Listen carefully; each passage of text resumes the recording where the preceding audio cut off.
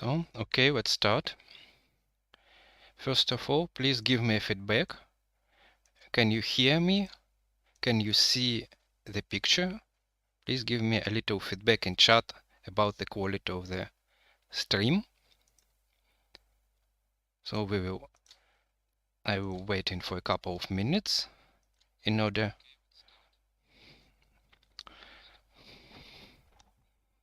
And then we will proceed.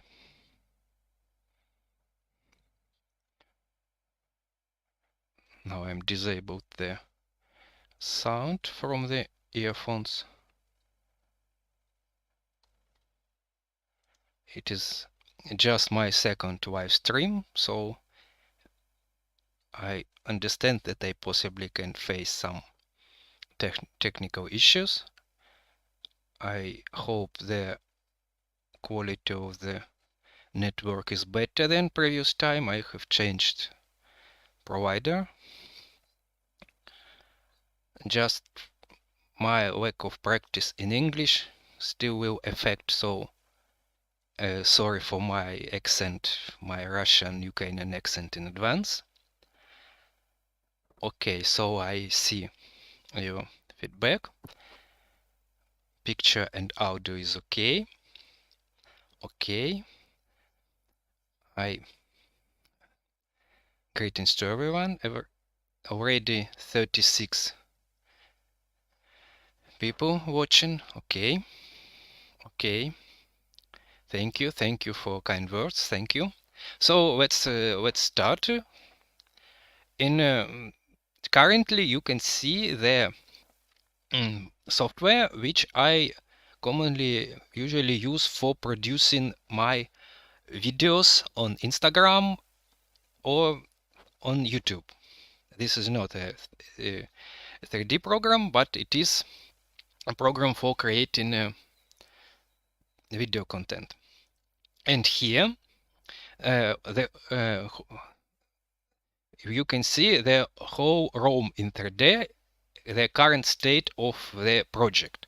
So this model, now this file contains every model, just some detailed interior excluded. So this file is intended for creating videos of the general views, of panoramas, of exteriors, and so on. And this is the main file of the project. So now you can see the city, the Rome, from the southeast, from the entrance where Appia Road entering the city. You can see Aurelian walls. When we have general view, it has some lags a little, but when we will lower to the ground, we will walk, it will be better. The performance will increase. I will just show some general view, so you can see the outline of Aurelian walls. Therefore, you can estimate the amount of work which already done and amount of work remaining. So roughly about 40-45% of the city is completed, but it is only at the first glance because the quality of the models themselves within the already finished part of work differs. Some models are really up to date, are performing in a high level of detail. Some models are outdated. Some models are just performed in some simple way, so they just like drafts, and they have to be improved and finished. Some models are outdated. They are dating back to a year, for example, 2009, so 15 years ago, when me and my friends just started doing this project, and we didn't have any goal to create the whole city. We just created some models for fun without any without any strict goal, without any intention for which was in futures. It was just like an entertainment. And now, so this model is quite heterogenic, not a equal. Okay, it was a little entrance. Maybe someone remember the previous live stream, and we started then from the bath of Caracalla also. You can see this bath of Caracalla in front of us, this huge complex, which outlined even in this view by these surrounding walls and porticos, and surrounding buildings are just some tiny objects in comparison with the bus. And the main difference with the project from the year 2022 is that I have added these surroundings of the bath of Caracalla. The so-called regions Piscina Publica and Porta Capena. And let's start from the entrance to the city from the Via Appia. Also, you can notice that I added some sort of surroundings with some fields, with some roads and trees. Let's start here. I will go towards Appia, Porta Appia. Generally, this city represents the state. This model represents the state of the Rome, of the eternal city, in the 4th century new era, about 360. Yeah, so mid 4th century and about little years later. The main the main indicator, the main building which will represent it, it is the second obelisk which have been erected by the Emperor Constantius, the son of Constantine, on the Circus Maximus. So our model of Circus Maximus contains 2 obelisks. It is the main indicator, the main.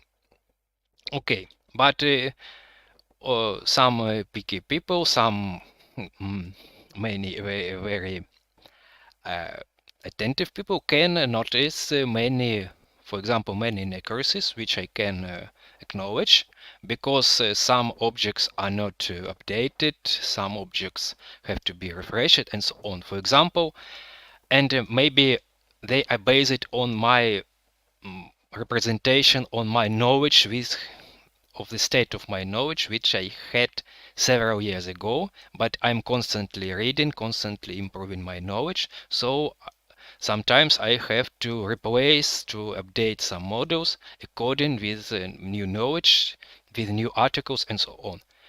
I'm saying this now because this state of Aurelian walls are incorrect for this time, for the mid 4th century common era, because they represent the first step of the building of walls of Aurelian, relatively low walls, and by this time, by the 4th century, they have been built up almost twice, and some towers have been also built up, most likely during the era of Maxentius. Maybe some of you remembers my posts about it in Instagram, where I have already posted new editions for Porta Appia, which should be approximately 2 times taller, 2 times higher than here. So the walls of Aurelian will be replaced.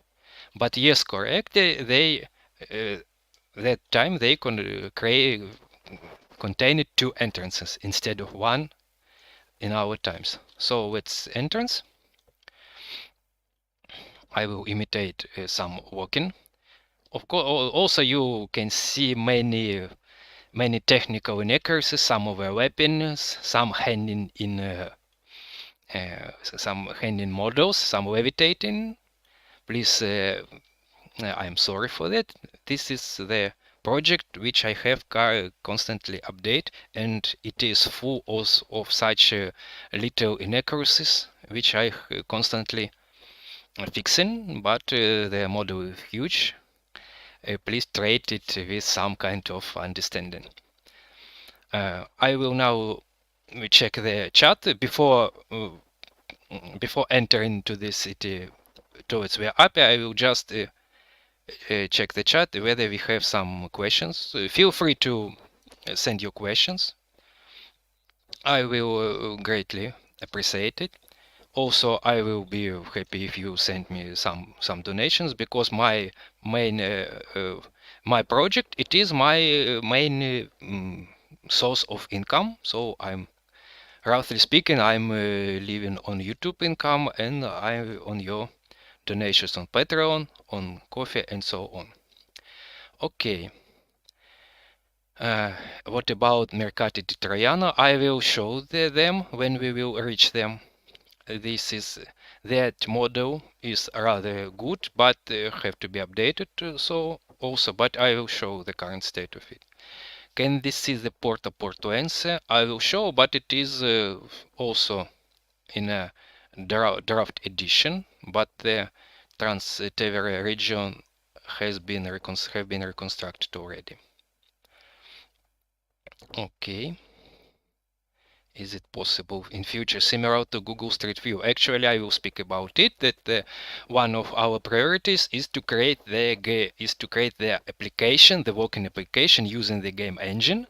So where everyone will have the opportunity to walk along the city using your PC, your mobile phone in an interactive way. And there will be different kinds or these applications, maybe some walking tours, maybe VR, and so on. I will keep you informed about it. So it is also the great amount of work in advance, and I'm working with it. Yes, you somebody saying that it would be great to export it Unreal Engine 5. Yes, this is the very engine where I'm creating this model, where I'm creating the application. It is really the Unreal Engine 5. I have posted some videos about this on my Instagram Reels, and in August. So 2 months ago, you can find some Reels with footage from the Unreal Engine 5, where I have shown the current state of the project in Unreal Engine, and I was walking along the Via Sacra, the Forum Romanum, and even climbed the Capitoline Hill. So please check it. There are plenty of videos on Instagram. You can explore them. Okay.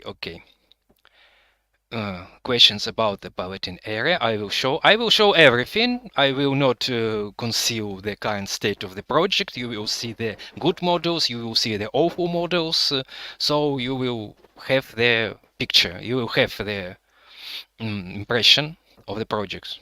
Okay, I will show the pyramid, but it is also the haven't changed for last 4 years. I have just added the simple pyramid and haven't improved it yet. Okay. So I will proceed with it now, when I will return to questions later. Okay, let's go towards the Via Appia. And so this has been added since the previous live stream. And Via Appia is famous for the buildings of the burial of Samsip. It is the graves, burial areas, which contains the ashes of famous Romans and not famous Romans, many Romans. There have been columbaria as well, and many more. During the the late ancient time, there have been residential buildings also added. For example, the famous tomb of Scipios was concealed by that time by the insula, which has been built over it. But in fact, the Via Appia, just like many other roads at the suburb of Rome, contained many burial areas, many burial buildings. Now I will show the tomb of Scipios. That's here. This is the tomb of Scipios, and this is the insula which has been built over it. But there are some versions that by that time this tomb was completely hidden by the residential areas, but it is still controversial. For now, I left it in that way. Let's proceed. And we are going towards the Bath of Caracalla. So it is not visible from this height. Let's go a little bit faster. So many burial areas, many sepulchra, many columbarium, and so on. Some of burial areas have been formed in the form of tumulus. So these burial hills. In the background, you can see the palace of Palatine. It is concerning the question that many saying me that my model of Rome is kind of flat and so on. It doesn't contain relief and so on. Of course, when I go upstairs here or that way, of course, it is flat. Even when you flying using plane, the Earth can seem flat and so on. But let's return to our point and proceed our way.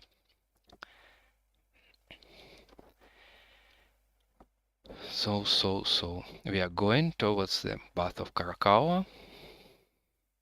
I think we can. The Bath of Caracalla didn't stand on the Via Appia. This stood at the parallel street called as Via Nova or Via Appia Nova. Many often confuse this with the modern Via Appia Nova in modern Rome. This road has been added by Septimius Severus and by Caracalla. Actually, this area has been an object of particular interest of that emperors. They built many buildings here. Looks like it's a bit dark here. I think I will just adjust the exposure to change it to auto. Maybe it will help us to improve some quality of the light. And I will increase it. Okay. This is the portico of the Bath of Caracalla.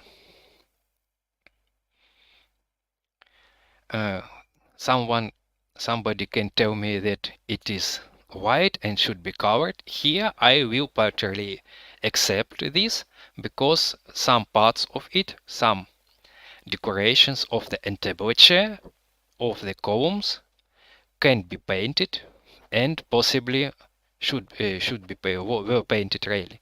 But I have to remind you once more that when we are speaking about the Rome full of color, it doesn't mean that any wall, any roof, any foundation was covered in vivid colors. This is complete nonsense. Rome contained many colors, but it was colors for reliefs, for statues, for sculptures, and for decorations of the columns and tablatures, of the bases of columns, and so on. And Romans applied it quite delicately. We have, for now, we have many scientific articles, scientific papers which confirm that, and we have strong material in as Pompeian frescoes and so on, where we can see that many areas of buildings have been left unpainted white. So Romans used colors, used many colors, but applied it quite delicately. This this misconception is often translated in the same way everywhere. Just all Rome has been painted in vivid colors. I receive in such comment under almost any of my videos, and now for now I just removing such comments because it is just a common misconception translated by bloggers, by people and so on. Let's go to the Bath of Caracalla. I will show the area of it.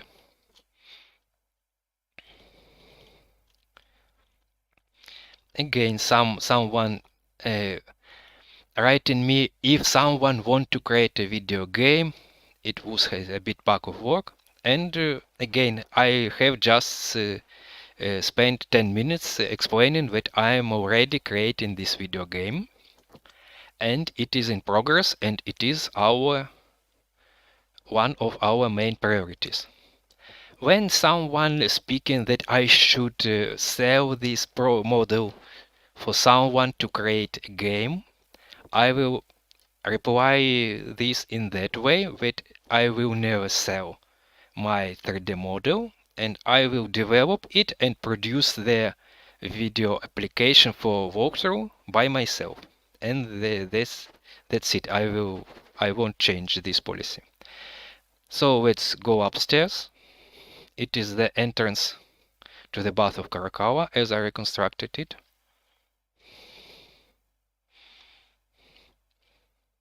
I think I have changed the point of view a little in order to adjust it to the human eye, in order to have the impressions of the scaling of the buildings. There will be some pictures of the people, and you will have the ability to estimate. But you, in the Bath of Caracalla, I think we haven't them. This is the facade of the Bath of Caracalla. Let's go around. Here I have excluded the interiors, so just the exterior. And I think it will be a reason for maybe some particular live stream where I will include some interiors and show a walking inside them, because if I include it here, it would be very heavy for the performance. So I have to divide the model for separate parts.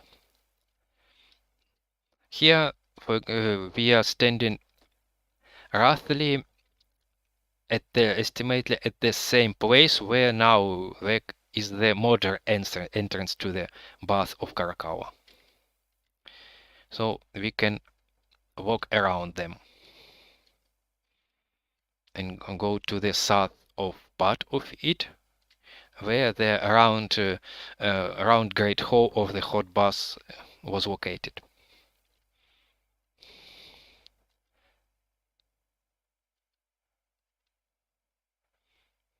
Here is the portico.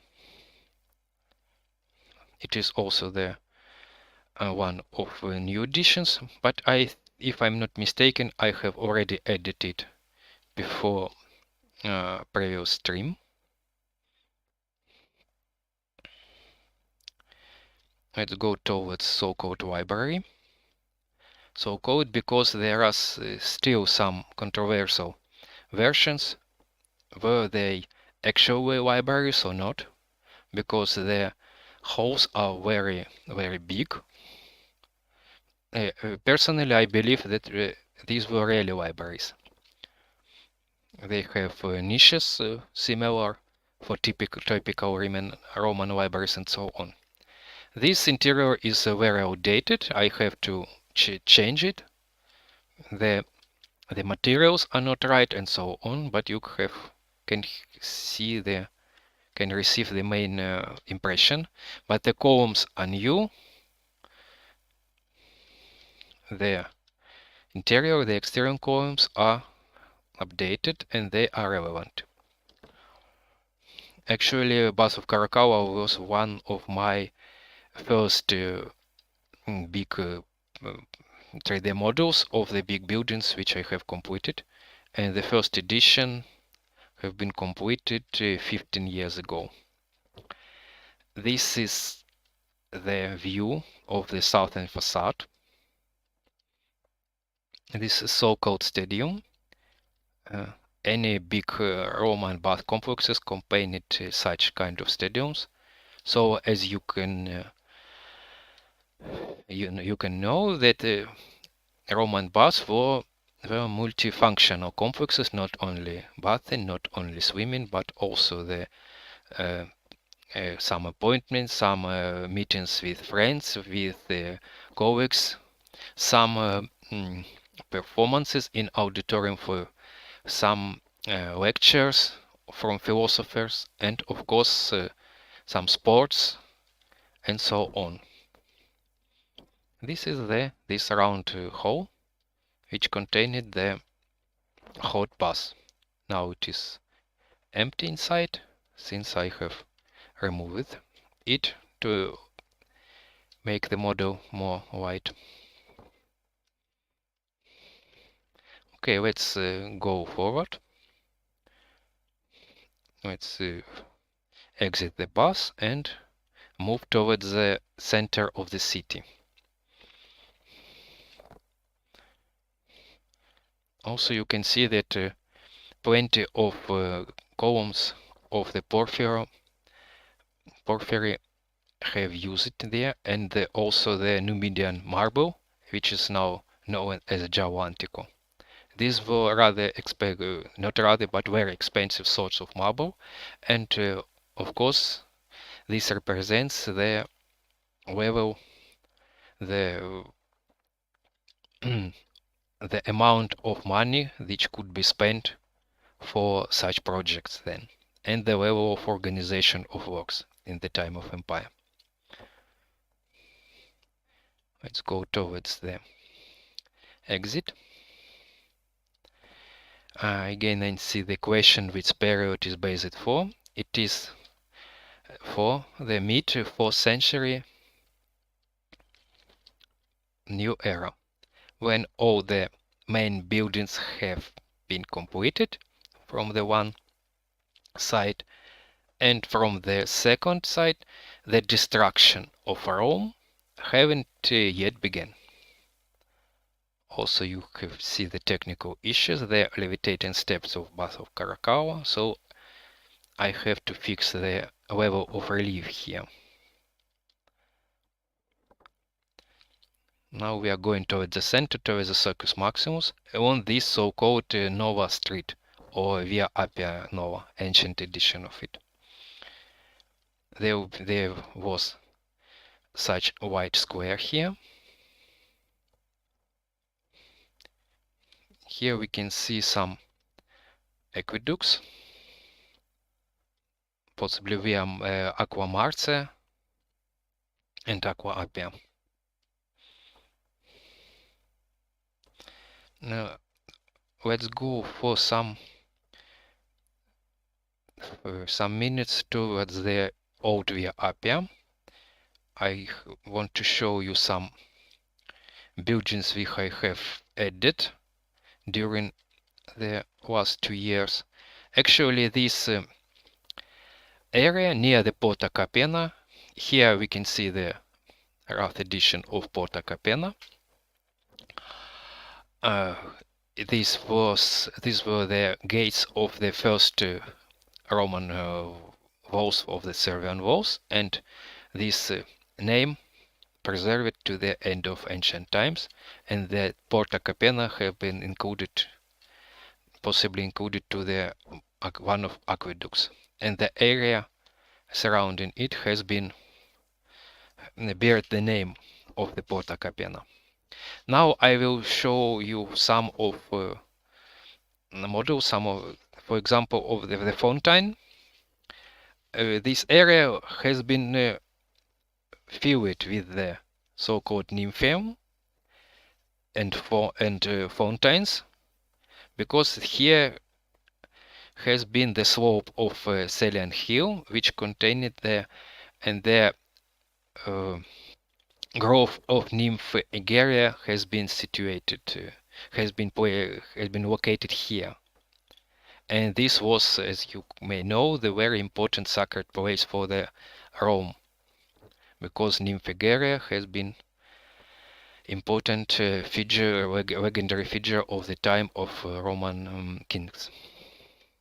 And here is so-called Fons Iulianus. The remains of it has been preserved till the Renaissance time, and then after has been demolished afterwards. If I'm not mistaken, the interior, the center interior of it is available here, yes. So we can explore here. Just the statues are missing. I have removed them, but the marble decoration is available, is present, so you can see it. This is the example how this nymphaea could look like. And I repeat, there were plenty of them in this place of Rome. And later I will add other ones as well. Now we will proceed towards the center of Rome.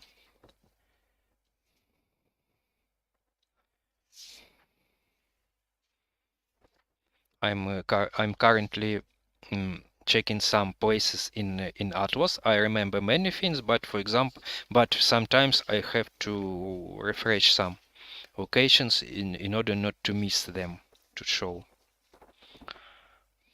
So let's proceed. I will return to Via Appia, and we will go towards Circus Maximus. Maybe I will now make a pause to check your questions. Feel free to ask them. I will check the chat from time to time. Here we will return towards Via Appia. Here is the twin temples of Honors et Virtutis, which has been placed near the Porta Capena. And let's go under that porta. You can see there's some issues here which have been fixed, and this empty area is just an unfinished area, and this will be popular, filled with buildings and fountains, as I said already. So it is just an unfinished area of the city. Actually, almost all from within walls was densely filled with buildings. And here you can see the so-called Septizodium, unfinished edition yet, but you can receive this impression when the people entered Rome using Via Appia. They faced this fountain. It was even more richly decorated than the fountain than the Fons Iulianus, which we have just visited, and in future I will present it in full splendor. It concealed the substructures of Rome, of the Palatine palaces, of the Severan and Maxentian building, which was not very good looking, but this fountain concealed this and created a splendor view for visitors of Rome from that side. But we will go left and towards the entrance to Circus Maximus. Here I will stop for now. I will check the chat. Okay, I have already answered the question about the time. Please send your questions in English. In fact, I have to remind also for platforms that the main language on platform is English. Yes, I can translate the other languages using Google Translate, and so the online translator in Instagram and Facebook is awful. And there I can spend some time to translate your comments, but now in chat it is difficult. So if you, I just see some questions in other languages, so please send him either on English, which I roughly know, or in Russian, which is my native language, or in Ukrainian. It doesn't matter. But I have to it is difficult for me to translate other languages. Thank you for good words, and but I have, for the new people, I will again emphasize that this is the mid-4th century new era, roughly 360 years, so the end of Emperor Constantius and maybe the beginning of the rule of Emperor Julian.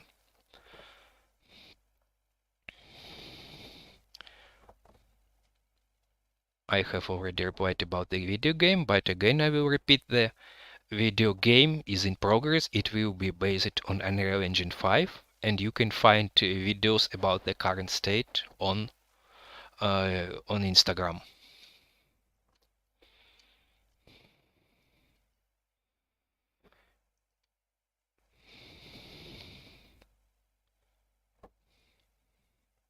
Okay. So what we have, I can't wait you to finish the Bath of Diocletian. Yes, I'm working with it, but it is very big project, and I want to perform it in a very high level of detailing, and I am working with my colleague from Italy to create the unique set of paintings or for frescoes for it. So when we release it, I hope it will be a good it will have you a good impression for you. Okay. Is it possible to enter inside the monuments in future? Yes, as I said, some, and you will be able to see on other platforms that some interiors are already created. So, for example, the interior of the Basilica of Maxentius, Basilica Julia, of the Pantheon, of the Temple of Venus and Roma, and we will gradually add new ones for the main basilicas, palaces, temples, and so on. Some just here in this edition which I'm currently presenting, only the exterior are available, and maybe some minor exteriors. Just this Fons Julianus I have already shown, due to the issue of performance of the PC. But I'm thinking about some separate live stream where I will show more interiors. Okay.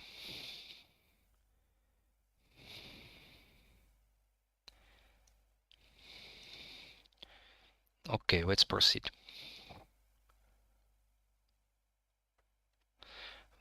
I see the question, do you know if Rome had big public parks? Of course it had big public parks. Mostly they have been located on the suburbs, not in the center, in the suburbs of Rome, so-called horti, some gardens of Agrippa, gardens of Caesar, Horti Lamiani, gardens Horti Sallustiani, and so on.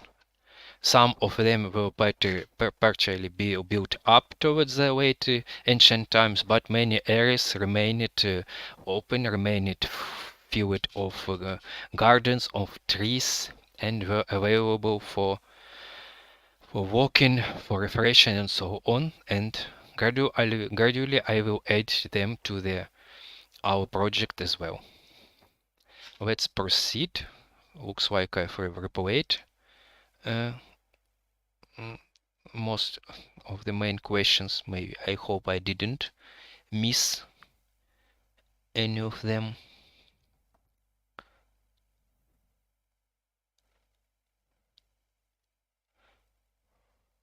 Okay, let's proceed towards the Circus Maximus. This is possibly this round temple is the possible addition, the possible reconstruction of the Temple of Mercury,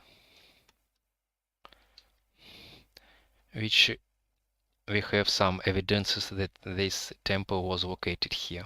And this is the entrance towards the Circus Maximus. The entrance was adorned with the Arch of Titus.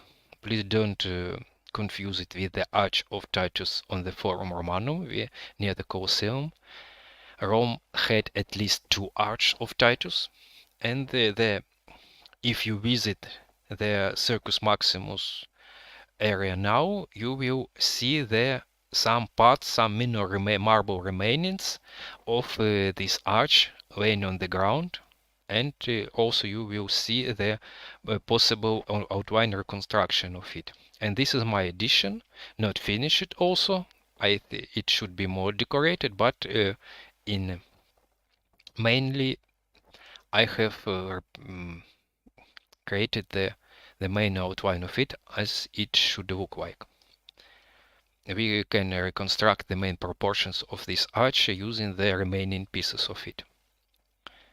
It was also dedicated to the capture of Jerusalem, of the Judea. This is the entrance towards the Circus of Maximus. Also, my apologies for the quality of some textures. You can see it, some of them are in a blurry mode. It is also related with some abilities of the video card, of the video memory, and these options will be fixed in the game engine afterwards. So this is the stadium. Let's go to along the so-called spina. This is the central area, which contained many monuments. At the either edge of which we had so-called meta, which marked the turning point for chariots, and many monuments, some minor shrines, minor temples, and so on, and the famous ovals and dolphins from this side. We can say ovals or X, which marked any turn of any round of chariots. And also the spina has been filled with water, you can see. Let's move forward. If I'm not mistaken, this is the temple of Sun, which was just opposite the so-called Pulvinar. It is the main. It was the place where Emperor and the court observed the races, the chariot races. It is the location of Pulvinar is some scholars have their own versions that the Pulvinar has been located on the other place of circus, at the end of the circus here. By the way, please tell me, can you see the mouse cursor? If you can see, I haven't checked it before the stream. If you can see it, it is easy for me to show you some places, some particular places in the image.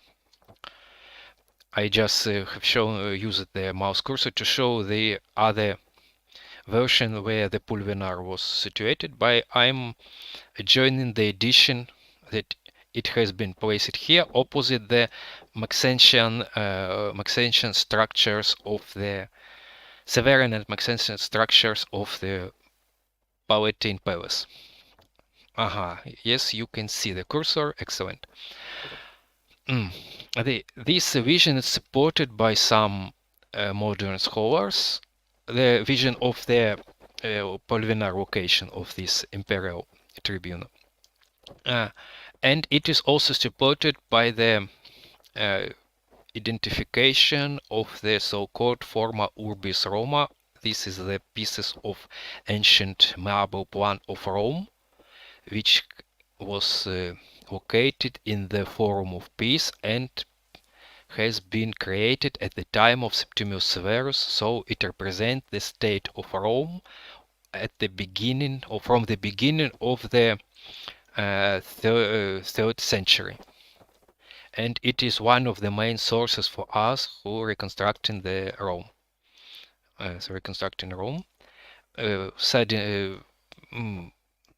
Sadly, only about 15% of it survived, but nevertheless, it is the great source. Okay, here are the main, as I said, the main indicator, which shows that the reconstruction refers to the mid-4th century new era. The two obelisks. The right one is the obelisk of Augustus, and now it is located on Piazza del Popolo. And the second one has been brought to Rome and erected by the Emperor Constantius. It is usually connected with his famous visit of in Rome in the mid-4th century.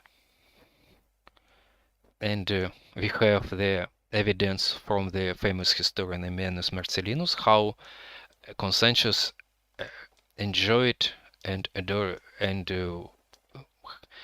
impressed of the buildings of Rome, and he added these obelisks. Now this obelisk is so-called Laterano obelisk, and it located in front of the Lateran. If I'm not sure if I spell it correctly, in front of Lateran Cathedral. And this is the dolphins. These are dolphins, which also marked the any turn of chariot races. Actually, this spina is not finished, and many statues, both gilded bronze and marble painted ones, should be added, and it will look much more rich, much more lavish after in the next editions. This is also meta. And let's go towards the Forum Barium, towards the Tiber River.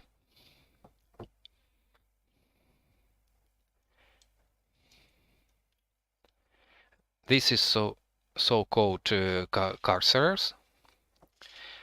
The possible entrances for chariots. And we will exit the Circus Maximus here. The gates are closed, but we will move through them. This is final. Let's take a final view here. Here you can see the structures of Palatine palaces, and it is unfinished yet, but it is new edition. So the main outlines are ready, but they have to be textured and decorated properly in future. We will climb on the Palatine hill a little bit later. Let's go forward.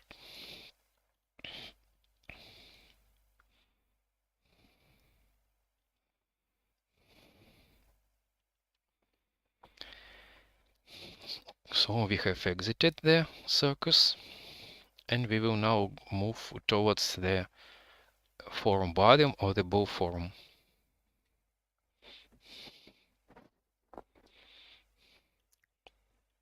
Here we go.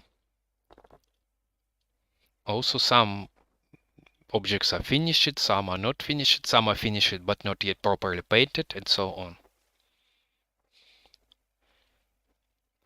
This was the important place related with cult of Hercules. I hope I spell this famous name rather correctly. And there were several temples dedicated to the same deity. This is the temples of Hercules Pompeius, Pompeiani.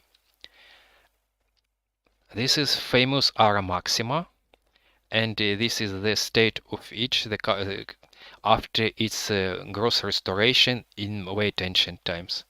Now some parts of it, if I say it correctly, are incorporated in Cosmedin Church. This is the possibly temple of the Hercules Emiliana. The remains of that survived also till the Renaissance time and have been fixed by the engravers, but later it has been demolished. And this is the temple you can know and can recognize. This is also the temple of Hercules.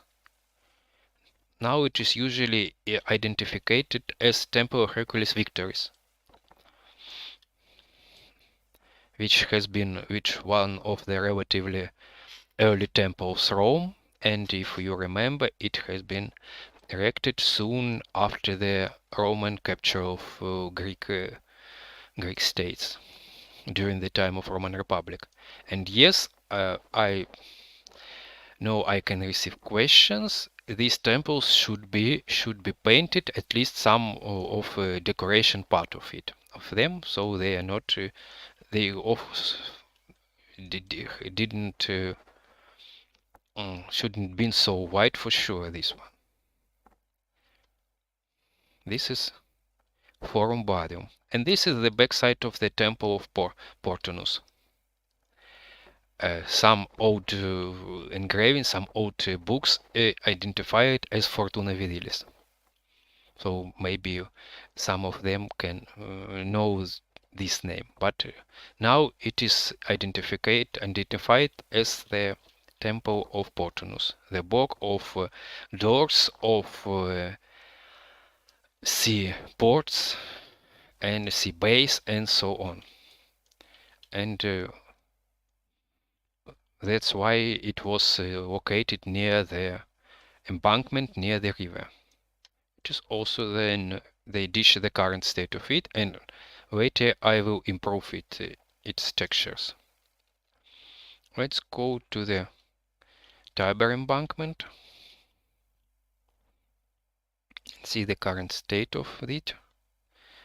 Also, it is the misconception that the ancient Tiber didn't have embankments. It had, but they were from one side lower than now, and from the other they were not the same for the whole sides, for the whole length of Tiber River. Some parts of Tiber had been lowered in as embankment, some parts not. But we have really archaeological evidences of the embankment walls from the ancient times, and some of them are still visible. For example, the exit of Cloaca Maxima is could be still visible for modern visitors. This is so-called bridge of Aemilius, and now only one arch is survived, and it is known now as Ponte Rotto, so the broken bridge. And big part of it, almost the half of this bridge, survived till the 19th century. Now we are standing on the bridge. You can see the Insula, Tiberina, the two bridges which are still standing now, Pons Fabricius and Pons Cestius, Ponte Cestio and Ponte Fabricio, if I spell it correctly. The Theatre of Marcellus, the Temples of Capitoline Hill, the embankment. This is the Forum Boarium again. This arch is usually identified as Arch of Caius and Lucius, the grandsons and adoptive sons of Augustus. And this is the temples we have spoken about. And this is the exit of Cloaca Maxima I have spoken several minutes ago.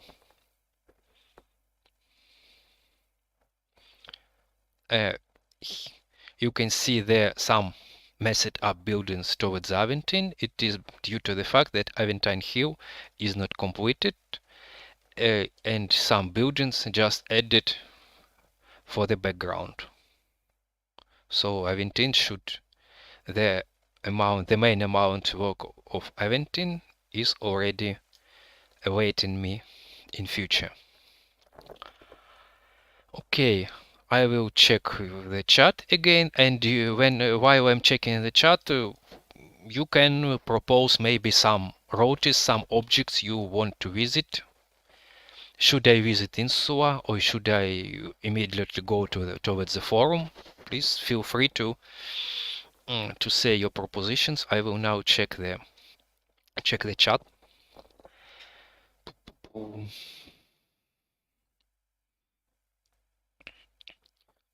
Okay.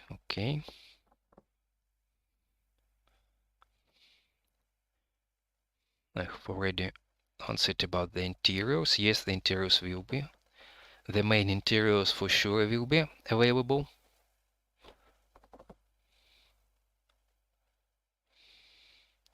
Will one day we'll be able to see Rome as it looked like during the reign of King Theodoric? In fact, it's quite possible, and there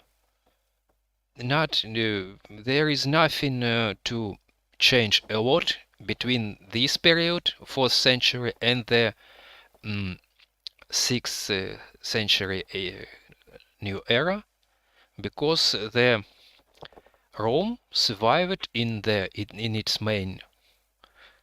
core till the till the Justinian wars between the Totila and the Belisarius, Narses, and so on.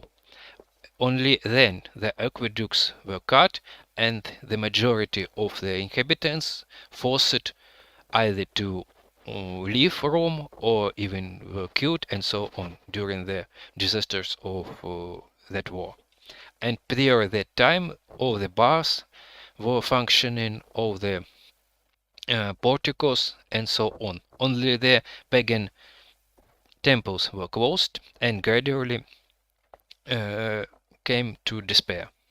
But in fact, in many, to a certain degree, the Rome preserved its ancient appearance till the time of Theodoric.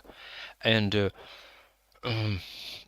we have relatively many evidences that the King Theodoric issued many laws in order to protect the ancient legacy of Rome. So, and we have even the archaeological data, the brick stamps of the restorations, which can be identified as the restoration made during the reign of King Theodoric.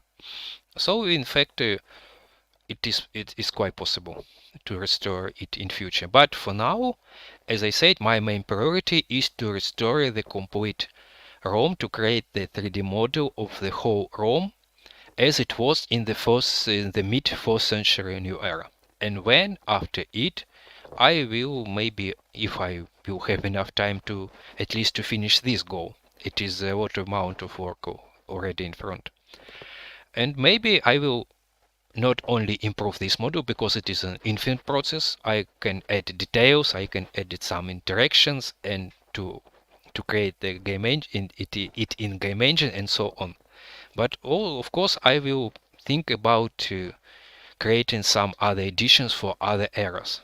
For example, I had already done some certain parts of Rome, referred to of the era of Augustus several years ago, in collaboration with the Hello History project. And it was Forum Romanum, it was parts of Campus Martyrs, so I can return to other projects, to such projects in future. Okay.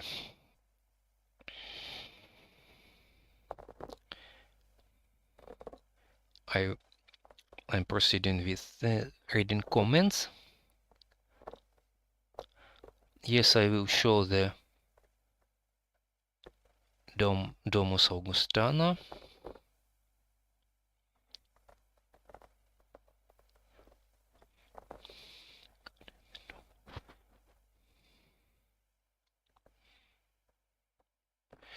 This is the question about Domus Augustana, about the edition I have performed in my 3D reconstruction. I will reply the question about the Domus Augustana when we will reach it.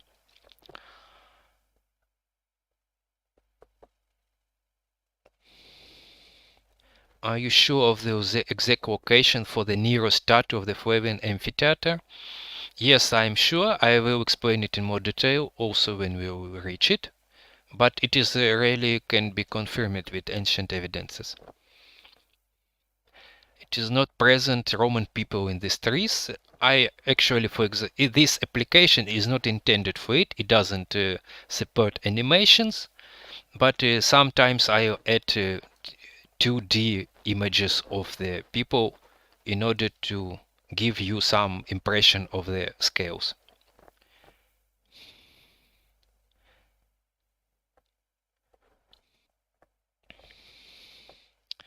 People ask about the Forum of the Augustus and the Pantheon.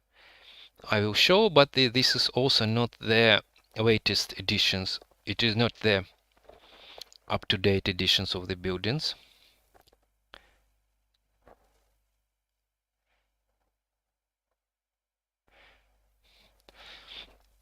People are asking to show the river port near the Ponte Sublizzo. Yes, but the bridge of Ponte Sublizzo is not yet added, but I will add it also in future. But I think I understood you want to see this one. And this area, yes, it has been restored using the evidences based on the ancient marble plan, which I have mentioned already. So we have some surviving pieces of this plan featuring this area of the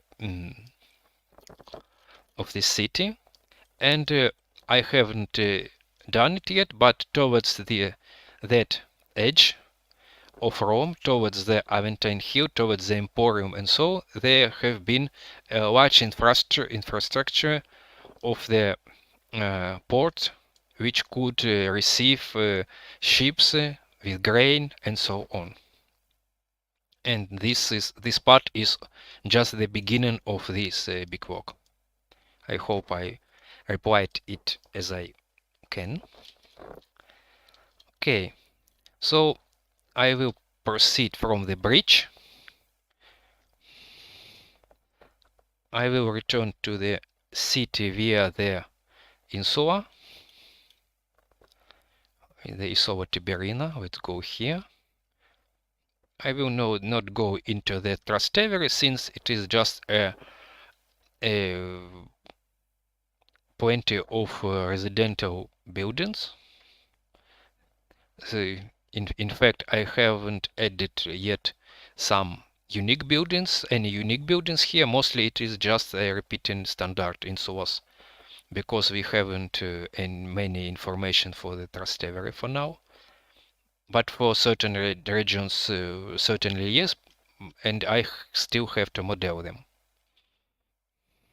This is the Cestius Bridge, which has been restored at a late ancient time, at the time of Emperor Gratian.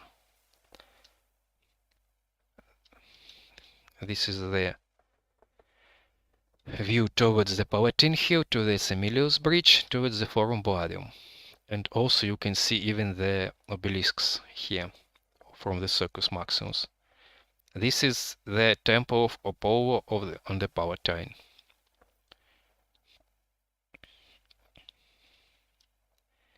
Here we are going towards the insula. This is the node model. And here the so-called Asclepion was situated.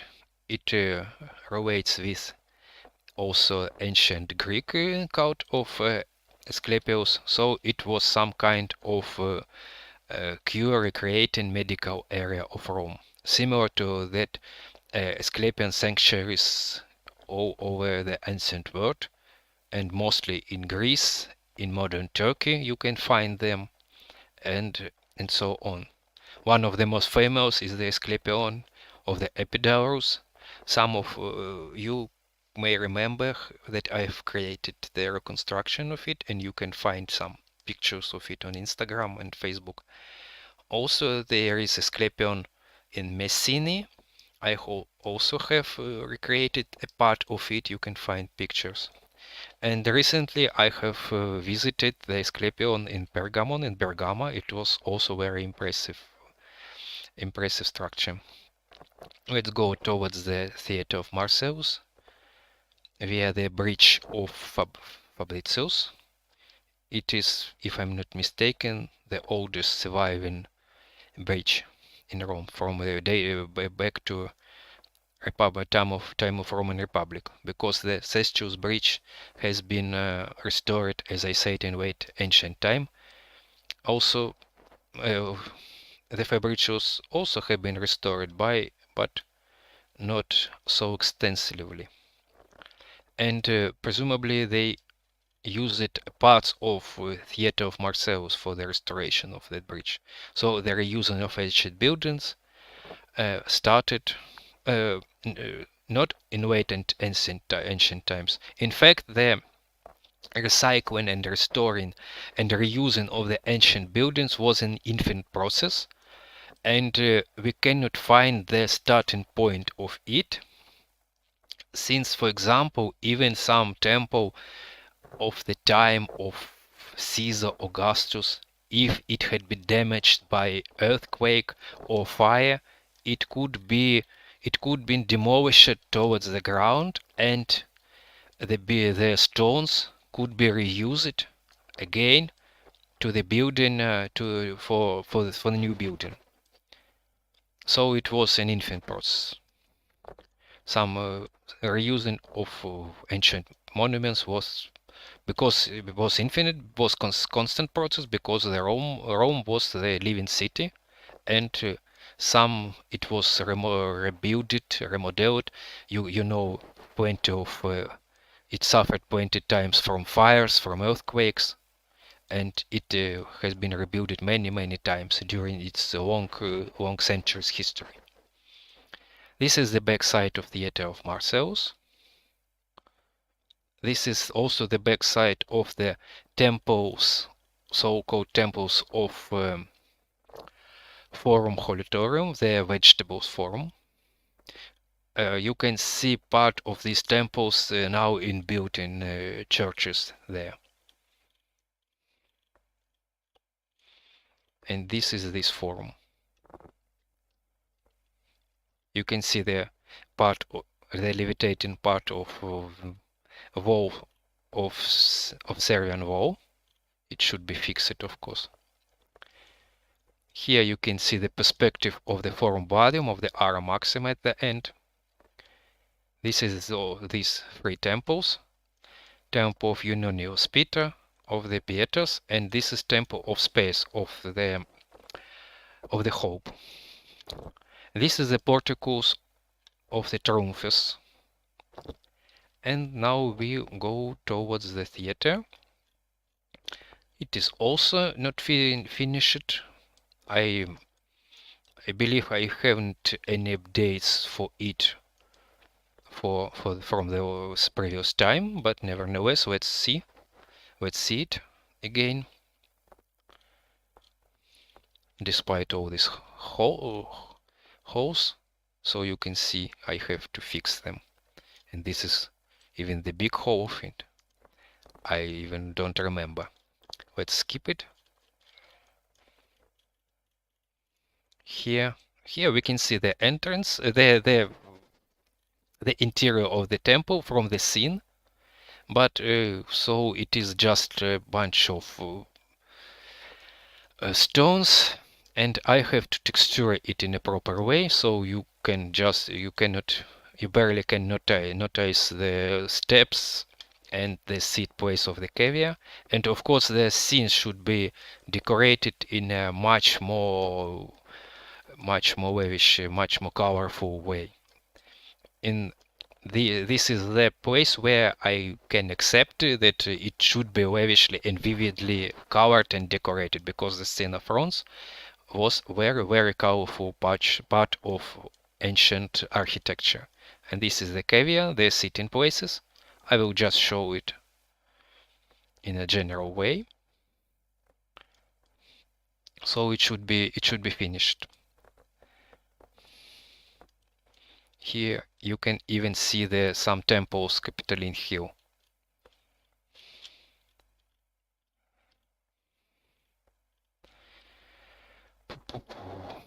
Yeah, you can see even the temple of Jupiter Optimus Maximus here. This is one with the gilded roof. Okay, let's go. Where we will go now? I think maybe we will now I will show you the forum and then go to Campus Martius.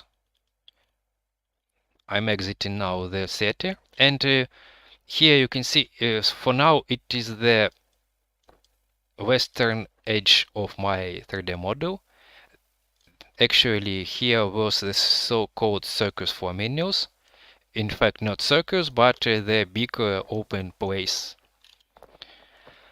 And it was surrounded by the Porticus of Octavia, the Temple of Hercules Musarum, and other temples which has not been added yet. Will be added later. And here you can even see the outline of the Theater of Pompey, which actually should be hidden, should be concealed by the buildings which should be added between us and this theater. We will visit it, but later. For now, let's go towards the forum. Now I will pass through the Theater of Marcellus and through via the two important temples. This is the so-called Temple of Apollos Oceanus, which has been modeled. This has been built in a very unusual way, even for ancient architecture. It was, as some now modern scholars and architects emphasize, it was some kind of ancient experiment of finding of a new style which will differ from classic Greek style, and it was the time when Roman architecture tried to create his own building architecture style. There is now a common concept that is very popular, that Greece invented the Corinthian capital, but the Corinthian order has been invented in the Roman Empire during the time of Augustus. Because the order is not only the Column capital, it is also the entablature. And the Corinthian entablature appeared only in Roman Empire. And it is one of the first examples of experimenting like this. The unusual cannulas, which are not goes not identical, it goes by groups of 2, and the capitals also very unusual,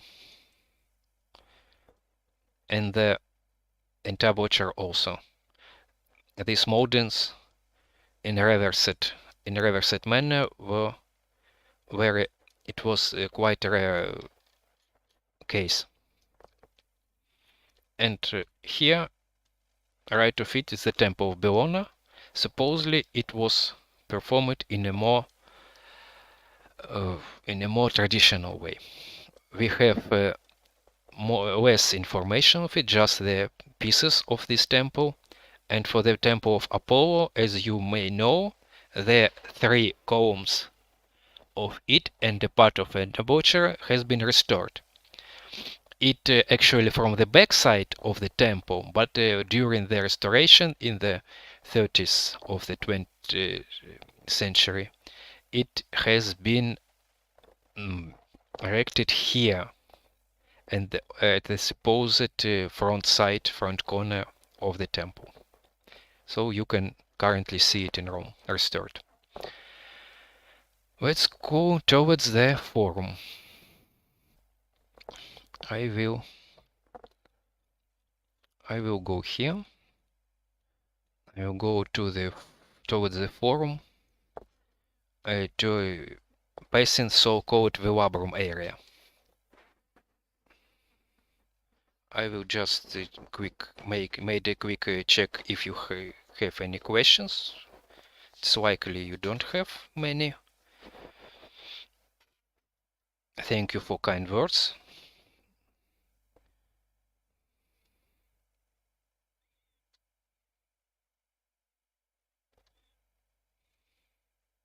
Can we see the place where Julius Caesar was killed? I will show it. It is unfinished also, but I will show it.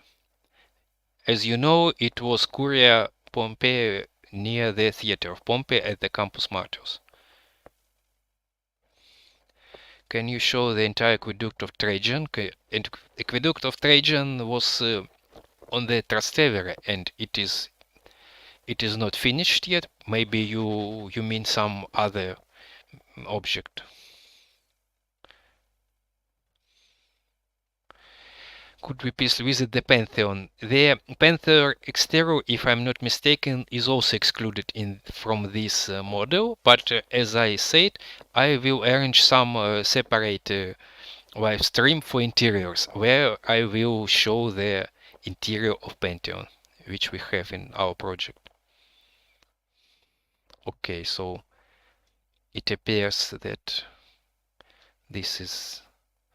that's it with the questions for now. Okay, let's go towards the forum.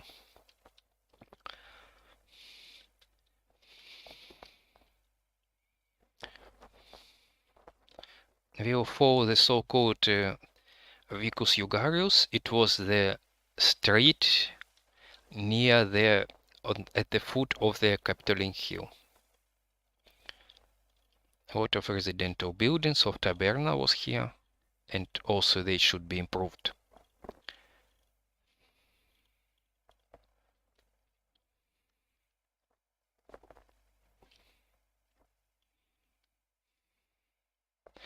This was the empty place, which has been called as Equimelium,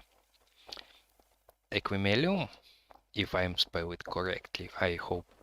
And it is related with the legend that here a house of the Titus Manlius was located, and then Titus Manlius in Roman Republic has been executed for allegedly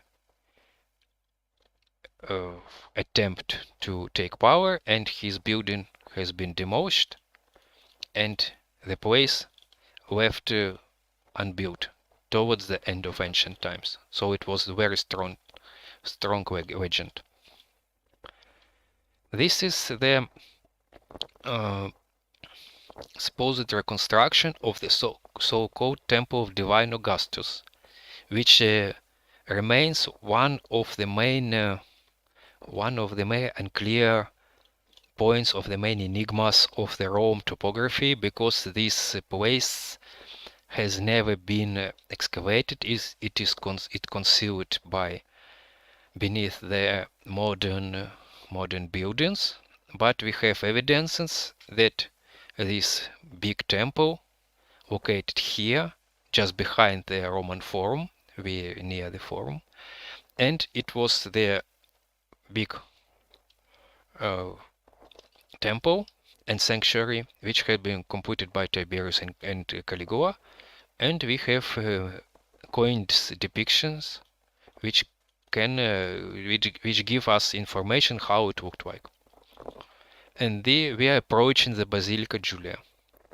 Here it is one of up-to-date, mostly up-to-date objects of our reconstruction, and here I will emphasize, you can see the proper example how the colored Roman architecture should look like. So you can see the decorated outlines of columns, of pilasters, you can see the gilding, you can see the colors, you can see the colors on the entablature, you can see the colored ornaments, you can see the colored sculptures as well as the gilded statues. But the walls, the shaft of columns, the arches, and so on, left unpainted. It is the proper way, according with current researchers, with actual data we have, how the Roman colored architecture should look like. Not the vivid paints spilled from basket everywhere, not just this one. I hope you agree it was a rather delicate and good way to paint buildings. So let's proceed. Here the backside of the Temple of Saturn, and so straight away the entrance to the Forum Romanum, but we will check the interior of the Basilica Julia. If I remember correctly, it is present in this reconstruction. Looks like yes. And we can enter the main hall of it. Yes. So you can see the main hall it was looked like. We have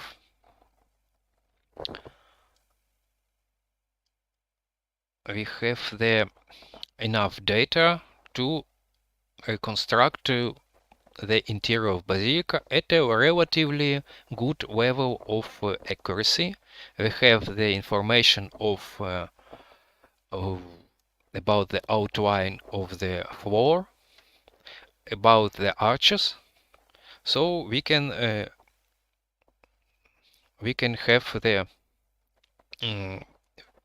the opportunity to reconstruct it. In fact, this area was used by the courts, by some officials. It was actively used for some meetings, for some financial issues, and so on. We have some evidences that this area could be splitted by some temporary wooden structures, and some courts could held simultaneously in one main hall. And for example, I think for some very important events, of course, it was cleaned up of it, and the main performance could be held in the main hall. But also there are many offices here which could be used for some by some for some clerks, for some trades, and so on. So it is there some doors could be added, some stuff, and so on.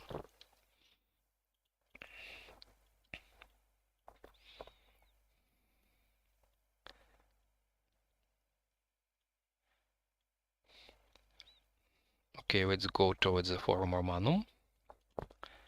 This is the site of the Temple of Castor Pollux, and also it had many doors here for some traders, workers, officers. There are even some evidences that some of these little rooms occupied by dentists, even that way. And this is the forum as it could look like in the 4th century. One of the most densely built up places of the ancient Rome and the ancient world in general. There was an enormous amount of the buildings, of the monuments which featured the great and long history of this greatest of empires. This is the Arch of Augustus, so-called Parthian Arch, dedicated to the returning of the standards lost by Crassus, by Marcus Antony, if I'm not mistaken, if he was some standard, but for Crassus for sure, and August returned that standards and erected this arch dedicated to that event. The Temple of Castor, the Temple of Divine Julius, of Julius Caesar. The Basilica Emilia, or Basilica Pauli. Sorry. This is also the Arch of Augustus, dedicated to the Actium battle against the Cleopatra. Here we turning around towards the Capitoline Hill. You can see the monuments. Here there should be supposedly the equestrian statue of Septimius Severus, but for now I haven't modeled it yet, and I've placed the famous statue of Marcus Aurelius instead of it. Actually, there is not a final opinion, as a confirmed opinion, where the sculpture of Marcus Aurelius located in ancient times. Someone supposed the Forum Romanum, indeed. Someone proposed the Area Capitolina or even other locations, but we don't know for sure. Here we can proceed. We can see the Arch of Septimius Severus. This is the supposed equestrian statue of Constantine the Great, which was added recently. This is Arch of Septimius Severus. It should also be updated, and the reliefs should be performed in a lighter way. These are too dark. I think I will adjust sun. I will to the morning. Turn the time towards the morning, and maybe we will receive more light here. Yes. Okay. So you can see some reliefs in a better way, but I agree I have to adjust it. You can see the scenes of the Parthian war held by Emperor Septimius Severus, of the sieges of Ctesiphon, of the Seleucia, of the capture of Armenia, and so on. And here below there are magnificent images and very impressive images of the captured Parthians held by the Roman soldiers. For example, this one.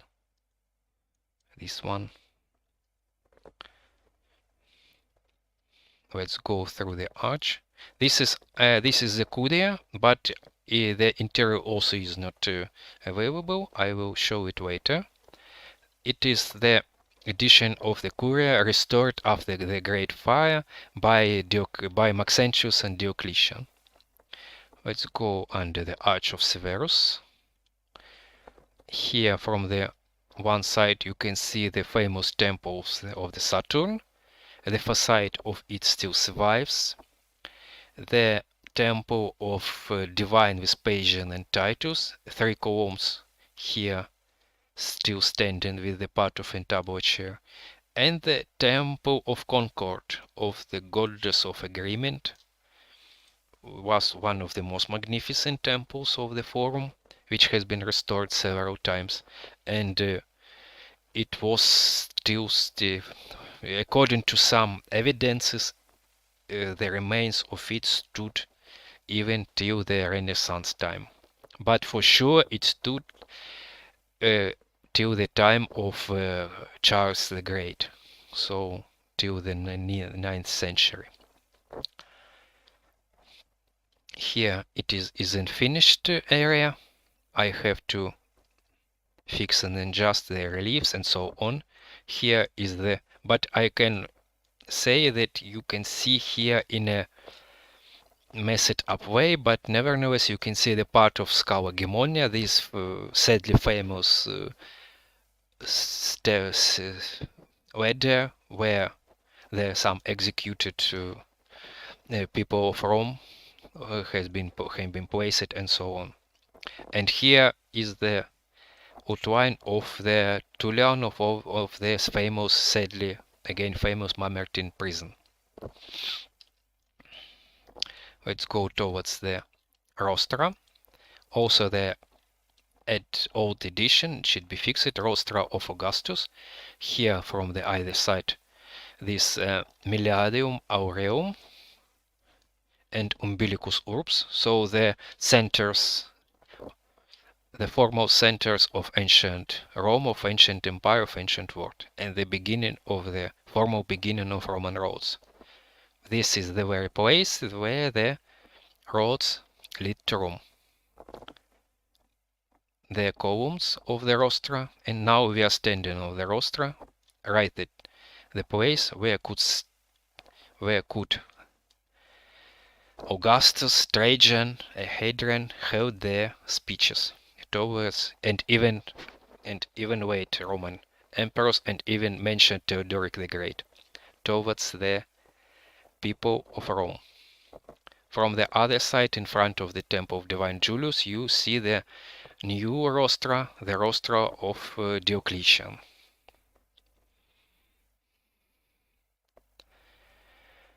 So this is the Forum Romanum. In fact, it is finished maybe till 60-70%, but some colors should be added, some proper materials should be added, and I think the final result will be rather impressive. Let's go up to Capitoline Hill. As you know, it is the final part of the triumphal road, which had been held by all who obtained the Roman triumph. Till the Christian times, the Area Capitolina was the final destination of the triumphal procession.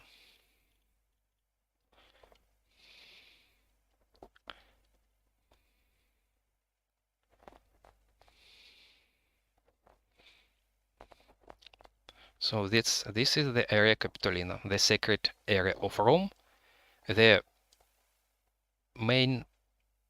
similar to that of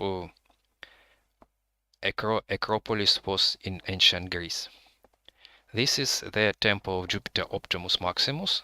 It is the new edition which I have added a year ago, based on some relatively new evidences, which rejects the previous edition. You can find, for example, if in the model of Gismondi or some other reconstructions.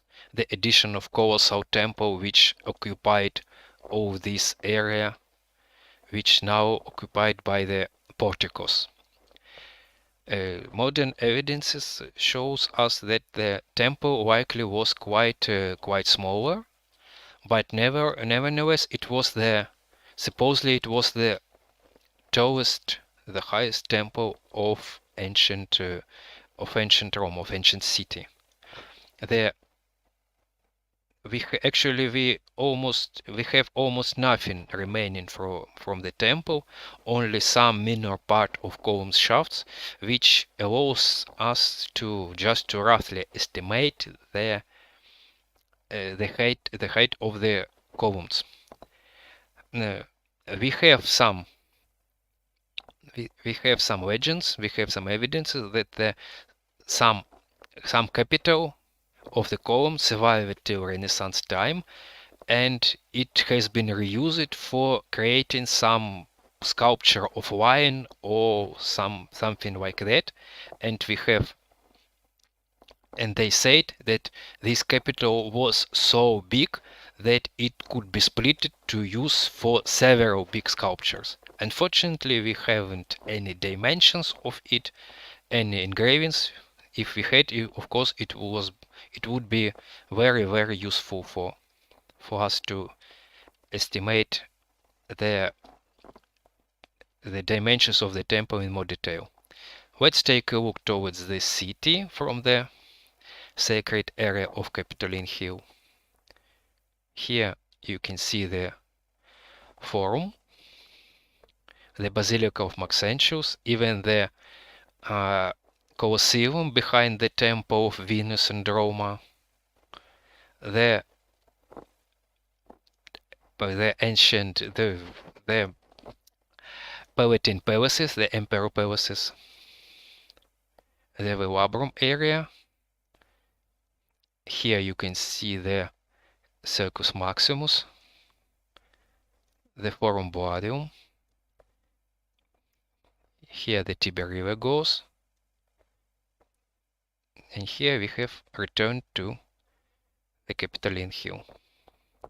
Here the so-called Tabularium. Now here the Capitoline museums are located. So, what shall we go towards the Campus Martius? I think it is not in so finished, so good state as the center of Rome, but I think we can see some buildings there as well. Here is the picture of it, the panorama of it from the Capitoline Hill. You can see the Theater of Marcellus here. We went from that side. This empty part should be filled with buildings, not finished yet. The Theater of Pompey. Here between us and the Theater of Pompey, the Theater of Balbus. And here, somewhat here, the Crypta Balbi. The tomb of the Mausoleum of Hadrian, the old edition, but nevertheless. So you know it, the Castle of Sant'Angelo. Here, the Bath of Agrippa. Here, I think you know what is it. The Pantheon with the gilded roof. The Mausoleum of Augustus. The Temple of Divine Hadrian.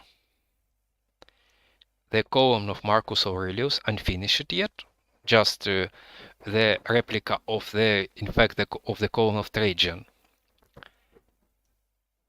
And here the Gardus of Pincio, and the Domus of, if I remember correct, Domus Asiaticus, yes. And here the supposed temple of Serapis at the Quirinal Hill. Here is the temple of Juno Moneta. at the other slope of the Capitoline Hill.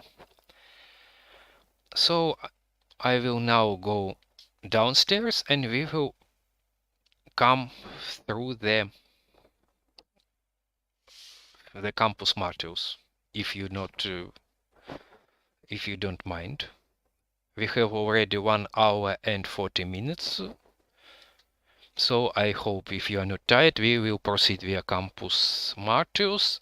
Then we will return via the Imperial Forums, via the Markets of Trajan. We will go to the Palatine Hill. We will visit the Colosseum, the Temple of Claudius. I think we will finish somewhat there, near the Colosseum, near the Temple of Claudius, near the Bath of Trajan. And prior it, we will visit the Campus Martius and the Palatine Hill and the Imperial Forums. That's the plan. I think, if you don't mind, we will proceed now. Just let me check the chat. Just a few minutes. Feel free to send your feedback, to send your questions.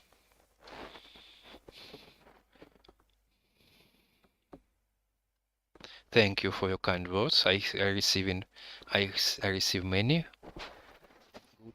good comments. Thank you.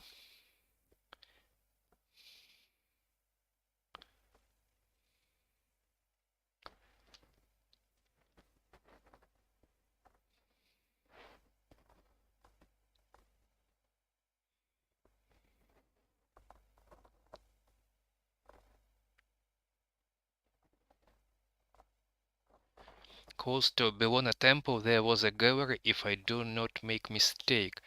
There is the comment. I think you mean the Porticus of Triumph, which I mentioned when I just entered the forum Holitorium, the vegetables forum. It is near the Temple of Bellona.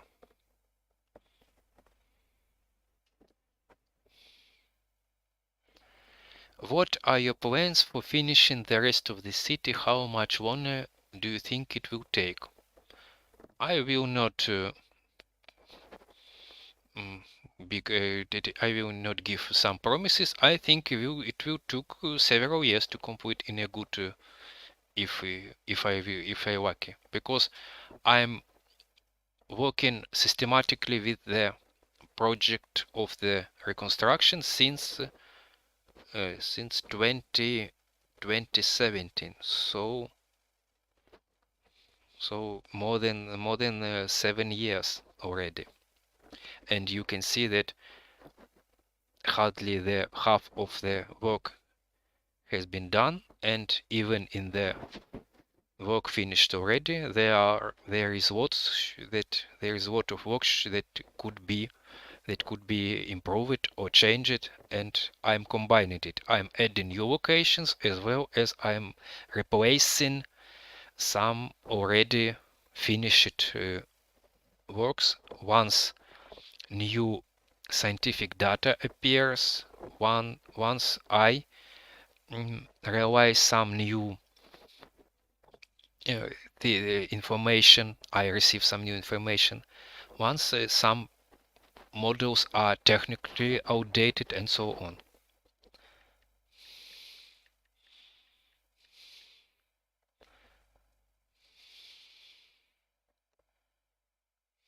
Okay.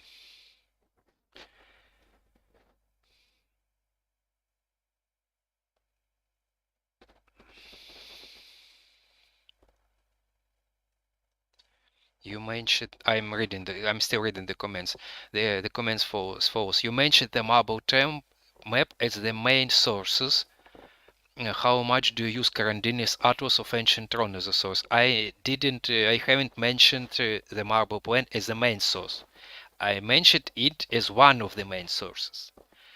I will not name any source as main. Of course, the Carandini's Atlas of Ancient Rome is also one of main sources, as well as the English and Italian topographical dictionaries, as well as the Atlas of Rome, as well as the ancient marble plan, and so on and so on. But even the Atlas of Carandini, even the second English edition, has been issued several years ago, and it is already outdated in some several minor parts of its work, in some, and even the authors of this atlas, for example, Paolo Carafa, issued some new publications which correct some reconstructions in the atlas. For example, it is the new edition for the temple of and sacred area of Temple of Apollo on the Palatine Hill. And also they propose their addition, their reconstructions, which cannot be 100% accurate, 100% proven, and they can be controversial and cannot be accepted by all the scholars, and some their reconstructions from the atlas are just versions. Some of them I accept, some of them I do not accept, and for example use the versions of other scholars. So Atlas of Carandini is not 100% main source. It is one of the main sources, very big amount of work. It is certainly the milestone in Roman archaeology and topography, similar to that of milestone several decades ago, as what is work of Gismondi. So now this Atlas of Carandini, it is just an enormous amount of work which combines many works of many scholars, and but it is not the final destination of our work. Of course, we have to use many other publications in combining with it. Okay.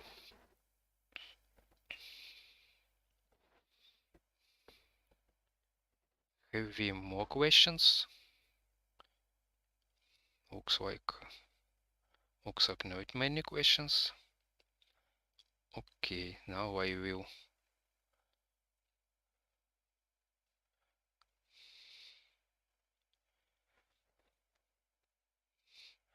I have realized I have missed the question about the so-called Sant'Omobona area and the temples located there. Yes, for now they are not presented in my reconstruction because I'm still investigating this issue, because there is a mistake in the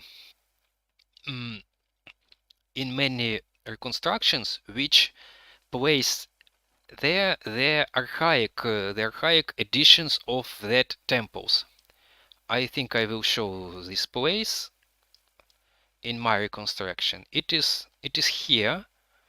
It is here near the wall of Servian wall. For now, I'll just place it here, some insula, but I am investigating it, and looks like some new additions of temples have been here till the relatively late ancient times, and I will maybe replace this insula with some with at least two sacred places. But it is definitely a mistake to place here archaic temples when our reconstruction refers to the late ancient times. So that's, I think I hope I replied properly. I understood your question about Sant'Omobona properly. Okay, I think this is the I see the question about the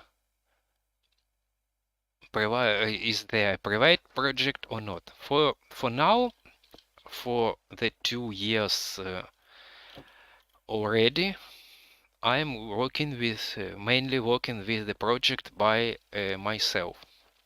About 70-80% of 3D model modeled by me.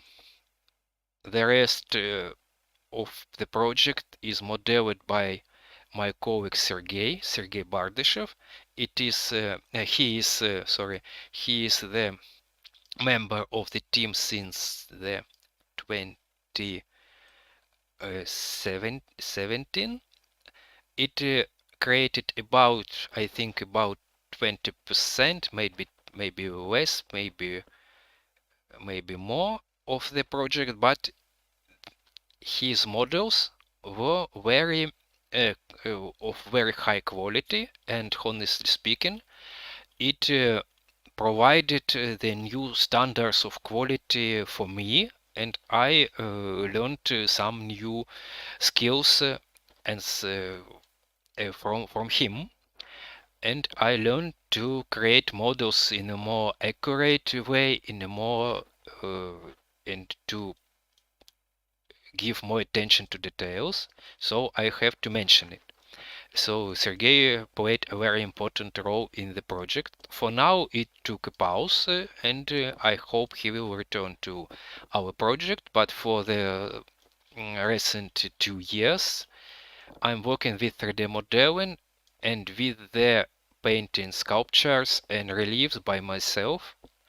The exclusion, the I have a collaboration with the Italian artists Laura, which prepares the series of frescoes and paintings, as I mentioned, for the bath of Diocletian, and she now creates some amazing images, and I hope I will release some part of this project maybe till the end of year or the beginning of the next. So, and otherwise it is, yes, it is just a work of a few people, a few dedicated people to ancient history. So let's go downstairs from the western slope of the Colosseum. Actually, this ladder doesn't exist now. This slope has collapsed, but it is the very case we have the plan of this ladder on the marble plan of Rome. So we can reconstruct it to a high level of accuracy, with a high level.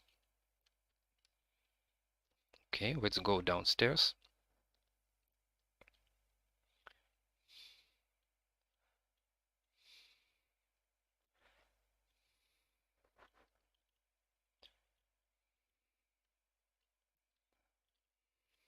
You can see the dome of Pantheon in the background.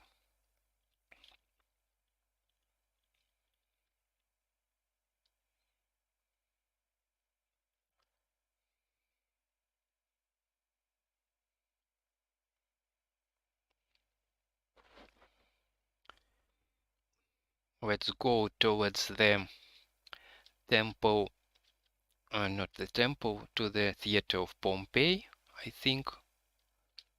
If of course, if I not confuse the streets. I know many parts of Rome by heart, but not all of them. I better know the parts of Rome I've modeled in more detail, and where I just placed the insula, I know it less, and you can see it is the less prepared, less refined area of 3D model.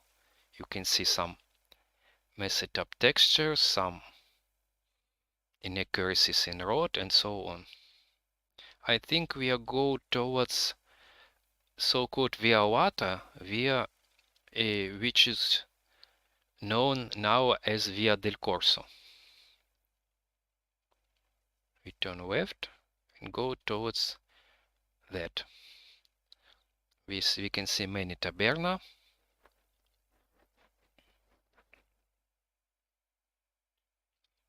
This is the perspective of the water.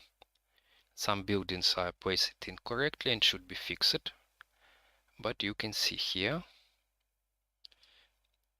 some arches was placed. For example, the famous arch of Portogallo, which is identified as some arch of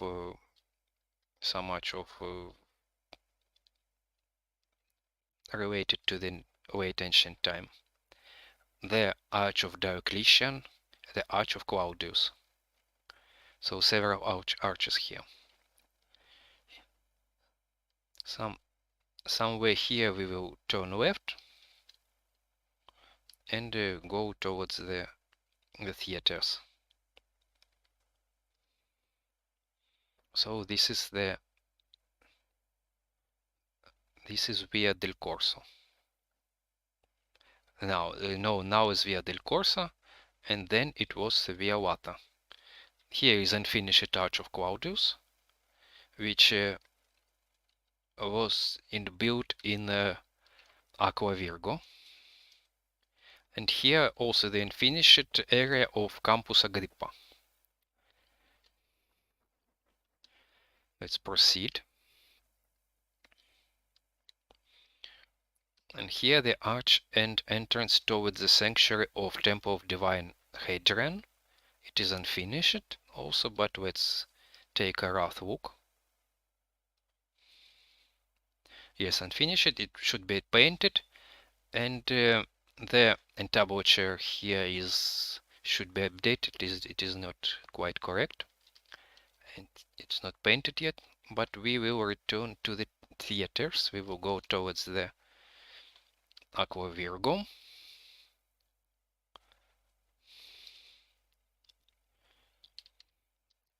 We will turn left towards the sanctuaries of Isis and Serapis and so-called Divorum.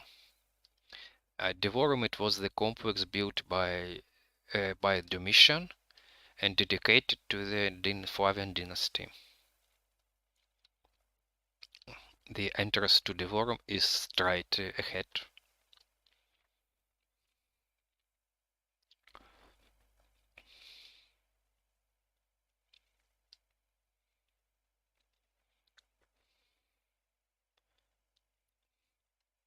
This is the Divorum area. The temples of deities of the Flavian dynasty. The statue of Minerva. You can remember that Diocletian connected his strength, his realm, his divinity with the cult of Minerva.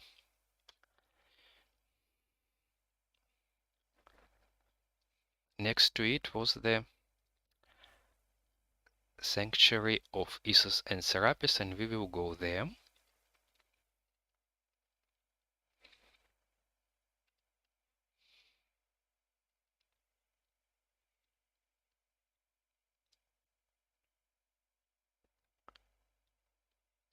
Here is the entrance, the Arch of Isis.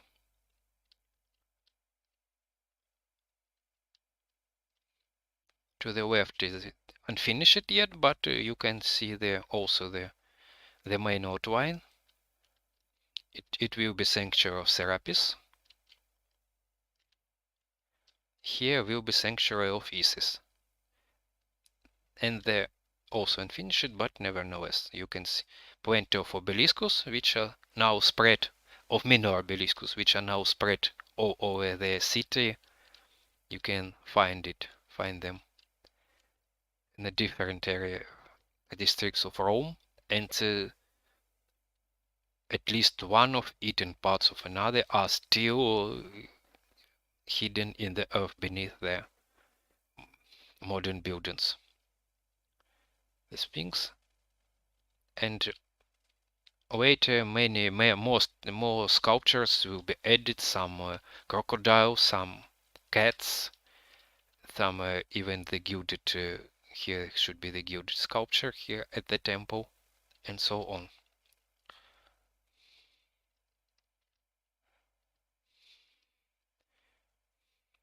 I think you can see this this object in the Vatican Museum in the yard, and it located here in front of the temple of Isis and Serapis. Here is the entrance to the so-called Septa Julia. Somebody at the beginning of the stream commented that it is not finished. Yes, it is not finished. Here should be added some decorations, some colors, and maybe some gardens inside, because it definitely haven't been used in the late ancient times as the voting place. It was rather much more some kind of the propaganda. There was and exhibition area. There were two famous porticos of Auganati, porticos of Miliagar, so where there some famous paintings and pieces of art were exhibited, and so on. There you can see the domes of the Bath of Agrippa. I don't remember where they implemented already the entrance, because only the exterior also is ready here, but let's check what we have. So here should be the entrance to the bath. Yet I have the structure and the interiors, but without any decorations and with mistakes. But we can explore it, I think. Just and finish it, yes. Round entrance, round hall of the Bath of Agrippa. Keep in mind that they also should be richly decorated, just as Bath of Caracalla, and that. Yes, they were rather honest, rather small, but they were richly decorated indeed, and also were in use until the 5th century, until the 6th century even. But their plan was not clear. It was not symmetrical. I think, I'm afraid I can now even get lost in it, because I modeled it, but I don't know this outline by heart, in difference of the Bath of Caracalla and Diocletian. I remember that there are some main halls here, there is a corridor, and if I'm not mistaken, there is an entrance from the other side, and we can exit the bath there towards the gardens of Agrippa. Yeah, we will now turn left here. It is so-called, not yet the Basilica of Neptune, but close to it, and the Bath of Agrippa, Basilica of Neptune, and the Pantheon presumably was the parts of the main big complex. Yeah, look like I got lost here, and I don't remember where is the exit. Maybe here. In any case, we always can pass through the wall, but I think the exit. Somebody here. Okay, let's go here. Yes, something like this. And this is also unfinished area of the gardens of Agrippa. Of course, they should be much more beautiful, much more decorated with the fountains, with sculptures, and so on. From that side, you can see the bath of Nero, later the bath of Alexander Severus. Here is the big sanctuary of Temple of Boni Eventi, and there the wall and the theater, the external wall of the theater of Pompey. Let's go towards that. Also not proper textured, but let's go towards the theater, messing up with relief. Here the Odeon of Domitian. But let's go to the theater of Pompey.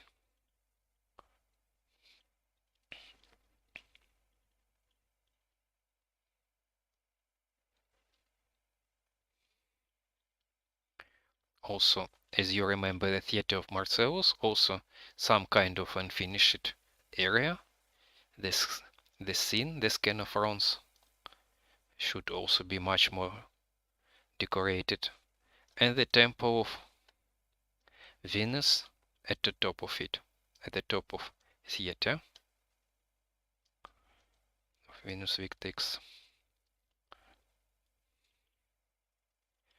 And now we are going to the area behind of the temple of the theater of Pompey, in order to show you the place where the Julius Caesar was assassinated. Let's go below.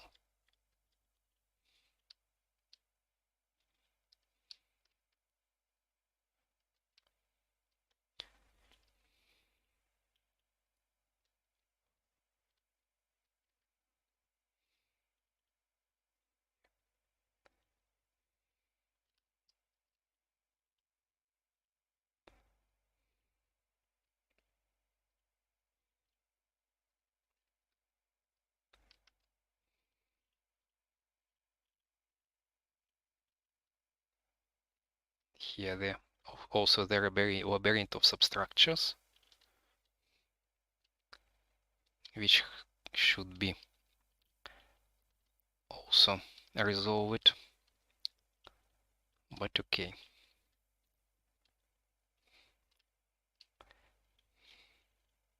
In fact, I don't remember how to enter this scene from this level.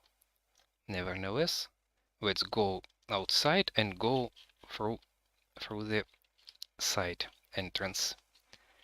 This is the scene. This is the lateral basilica, which was from the either side. And here we're going to the area behind the theater.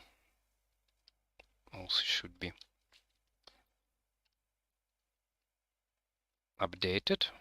This is the rear side of the theater. This is the portico. Here should be added the garden, but not yet added. And here is the Curia of Pompey, where the Caesar was assassinated. I don't remember whether it has some interior. Let's check. Yes, but not finished. Just a rough marble. 2 stories of columns. Here supposedly the statue of Pompey stood, and here on the foot of it the body of Caesar betrayed by his friends. Okay, let's go forward. We will now, I think we can move towards the Pantheon, and then we will gradually return to there should be door to the Largo Argentina. Also not finished by the temples Largo Argentina will be here, the finished edition. Now it is just the outlines. Here the Theatre of Balbus and the Crypta Balbi. Now we will move around the temple, the Theatre of Pompey. This is the temple of Bonaventure, as I said. Here it is, the big temple. it has been built on the place of the Lake of Agrippa stag, of the Stagnum Agrippa. If somebody remembers this location, this is the Odeum of Domitian, and we will move towards the now the place known now as Piazza Navona, and was the Stadium of Domitian. This structure is the Stadium of Domitian exterior, and let's go inside.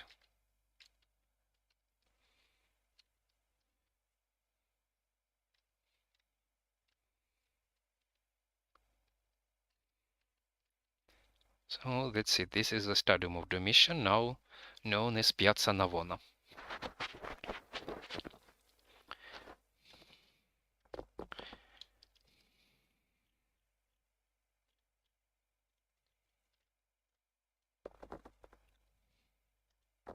This is the stadium.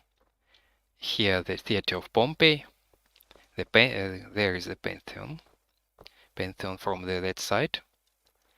Concealed by, I think yes, it's concealed by that bath of Alexander Severus. I suppose it should be here. Yes, here. And this is the temple of Jupiter Optimus Maximus.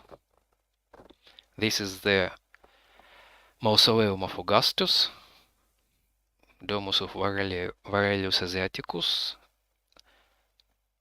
Mausoleum of Hadrian. Let's gradually return to the center of the city, towards the imperial forums, towards the Palatine palaces. So we can move around the Bath of Severus and the Pantheon. This is Bath of Severus, but previously Baths of Nero.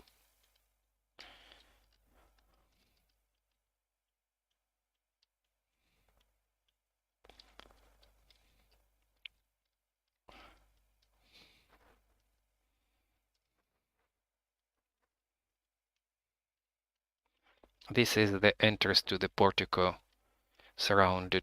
which surrounded the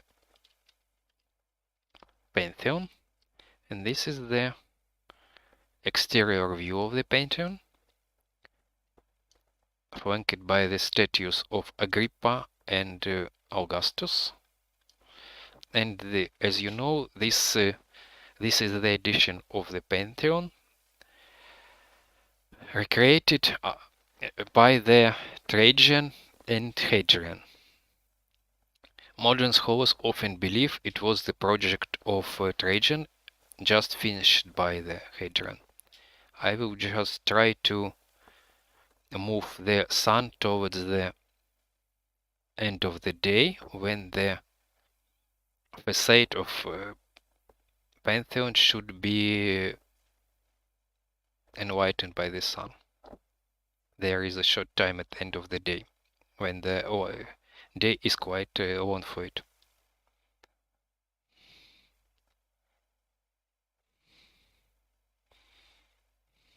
Most of the day this facade is in shadow.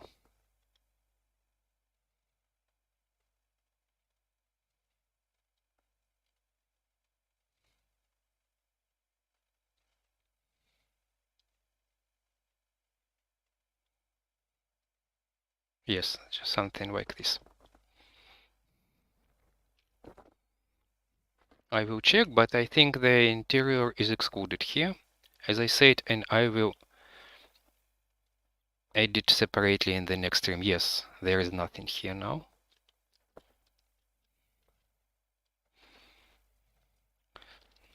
So let's move forward.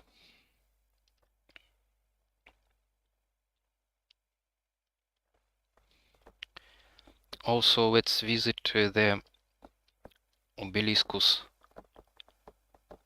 which also has been erected by Augustus. The so-called Horologium obeliscus, which has been used by as sundial. It was placed among the area which was occupied by the burial areas, the places of the burial ceremony, burning ceremony of famous Romans like Antoninus Pius, of Augustus, and so on. This is this obelisks.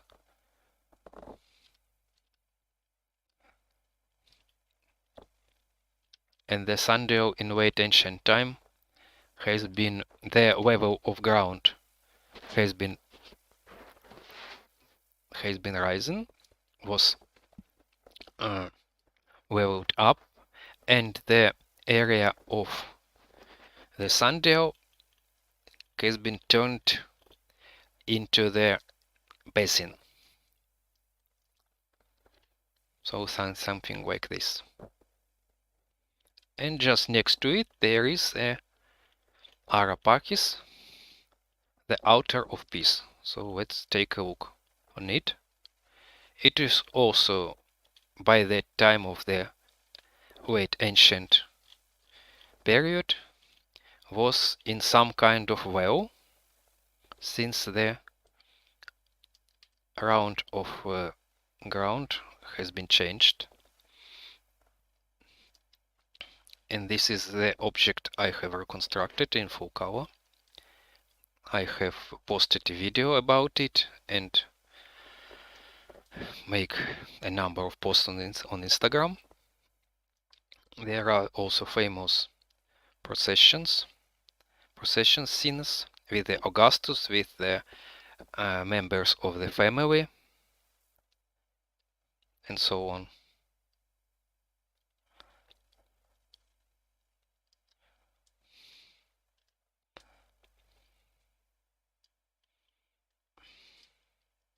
Here you can see, for example, the Augustus.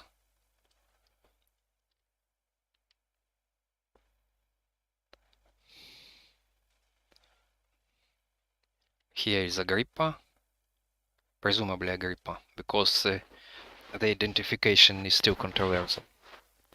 And the members of the Julii Claudii family. Also the relief from that side. Supposedly the Tellus goddess and the Roma goddess. The obelisk is visible on the background. Here we will return to, we are turning towards Via Lata. Here also the unfinished edition of the complex built by Emperor Aurelian, which we know as the Temple of Sun, Temple of Sol Invictus. The Temple of Sol itself presumably was located here. It was supposedly around the temple. It is unfinished, but it was here. It was rather big and was surrounded by a big two-storied portico. I hope the final edition will also be splendid. Now we will gradually return to the center of the city towards Via Lata, and we will pass through the Imperial Forums, as I promised, towards the Palatine Hill.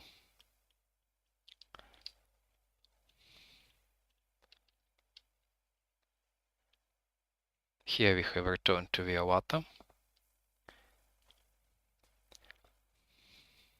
Here, as I said, the column of Marcus Aurelius located, but for now it is, I placed here just a copy of the, of a Trajan column. Just replaced the statue of Trajan with the statue of Marcus Aurelius, because the amount of work of the coloring of the statue, or even the restoring of the images, is very enormous. And I spent about I think more than half a year, about a year, to recreate the Trajan columns, and it was a hard work. And I still have to spend a lot of time for creating the Marcus Aurelius column, which in fact in a worse condition than the Trajan's column. A lot of reliefs should be restored in a very hard way. Okay, let's go towards the center. Again, the Temple of Divine Hadrian. Again, the Aqua Virga. Again, the Arch of Diocletian. The perspective of the Capitoline Hill.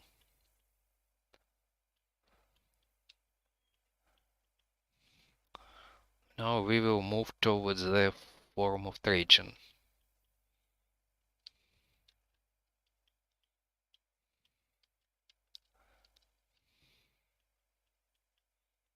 And the markets of Trajan. Here is the back wall.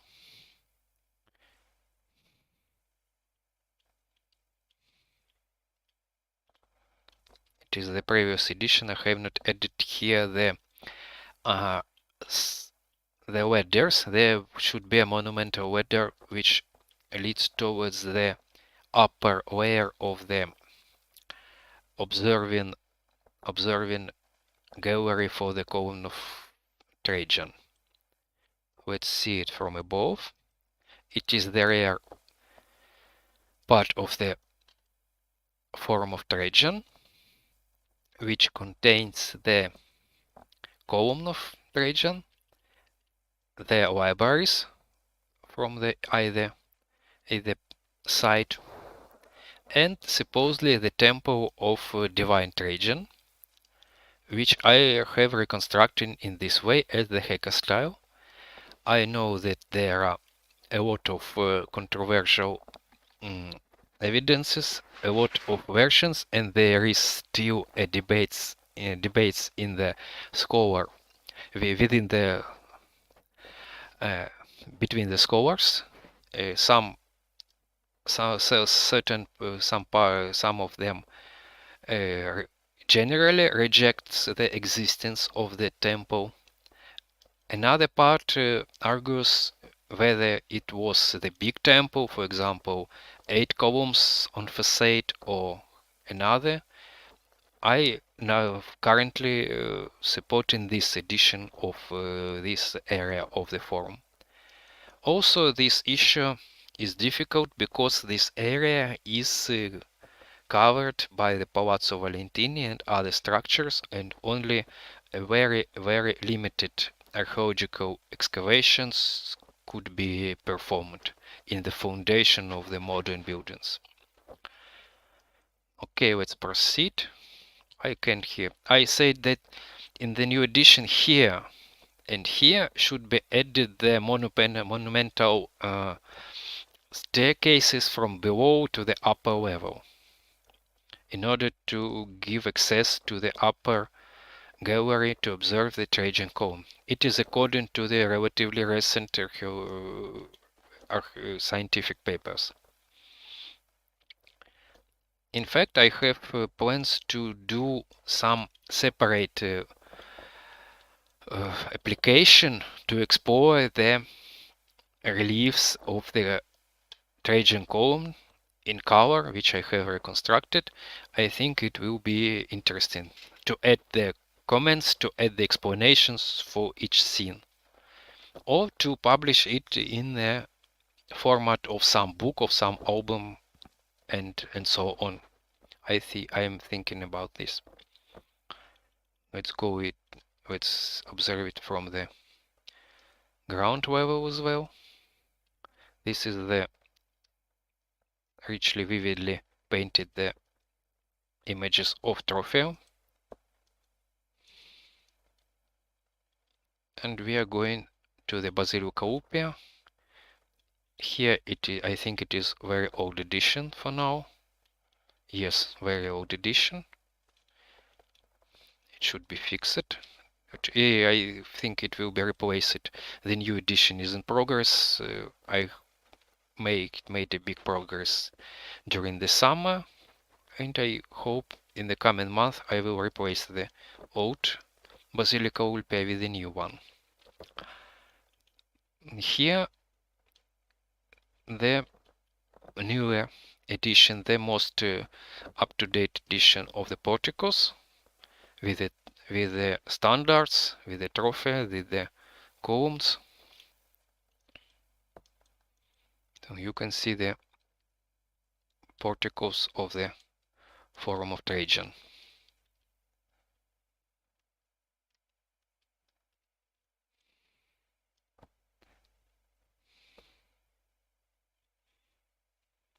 Let's go towards the other forums.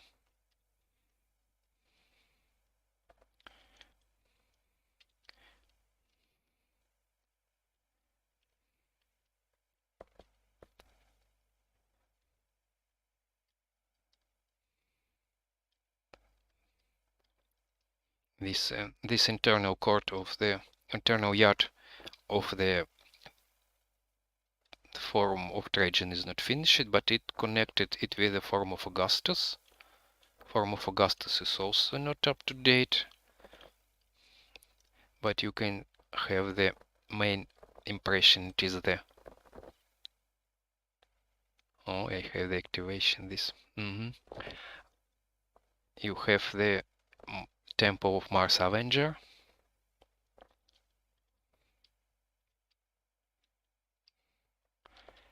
And let's move forward.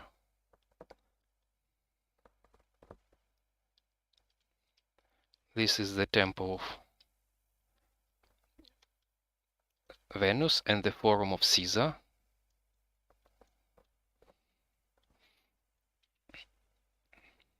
The Temple of Juno Moneta. And this is the Temple of Venus Genetics, how it looked like after the restoration by Maxentius and by Diocletian, made after the big fire at the beginning of the 4th century.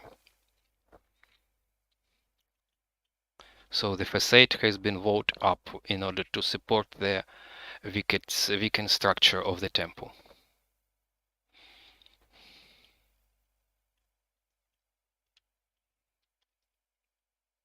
This is the Forum Transitorium or Forum of Nerva, which has begun by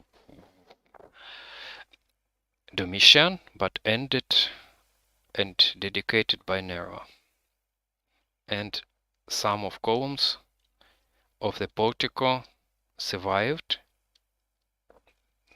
this part, and now is known as Colonnace.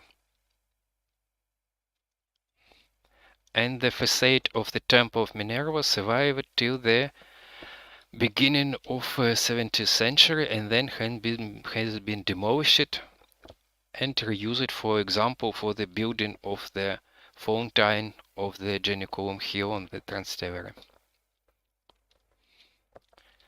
Let's go towards the Forum of Vespasian, also known as the Forum of Peace. It is one of the most up-to-date forums. Here was the portico, which was richly decorated, and till the late of antiquity used it for exhibitions and so on.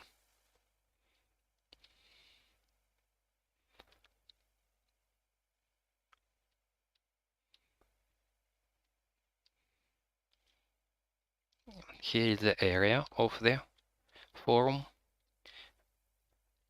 and here is the lateral hall. I don't remember, no, it is not finished, but I will later show the addition, because here should be those ancient marble plan which I have spoken about on this side.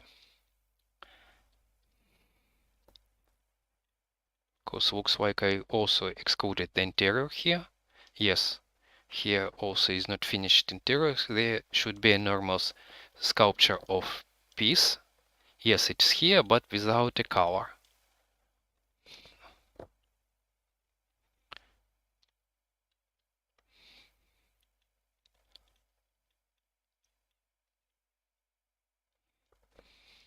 Now we will exit the forum and go towards the Palatine Hill and the Via Sacra. Here we will go through the and finish it auditorium. According to information we have, this kind of auditorium, for example, was used for some lectures for famous philosophers and scientists, and one of them is the Medicean Collen. Here we are going towards the Via Sacra. To the right is the Forum Romanum, the Regia, Temple of Antoninus and Faustina. Here it is, one of the up-to-date temples with coloring, with proper coloring. Temple of Vesta, Temple of Castor and Pollux. Here to the left, Basilica of Maxentius, so-called Temple of Divine Romulus, built by Maxentius, but this identification is still controversial. There is in the modern identification that it features the Temple of Jupiter Stator or the Temple of Pietas. So there is issue still open regarding the identification of this temple. But you can find this the entrance of this temple and the rotunda of it preserved till our times, and you even can enter it, and the doors of it still survives, the rare example of survived ancient doors. This is the facade of the temple or of the Basilica of Maxentius. The interior is ready, but also is excluded of this project, and I will show it separately in one of the next live streams, as well as the interiors of the Temple of Venus and Roma.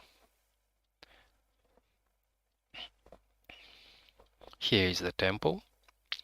Also, the coloring of it is finished, and you can see the proper coloring in regarding that in that issue that the shafts of columns mostly left unpainted. It was the common thing, and the walls were unpainted.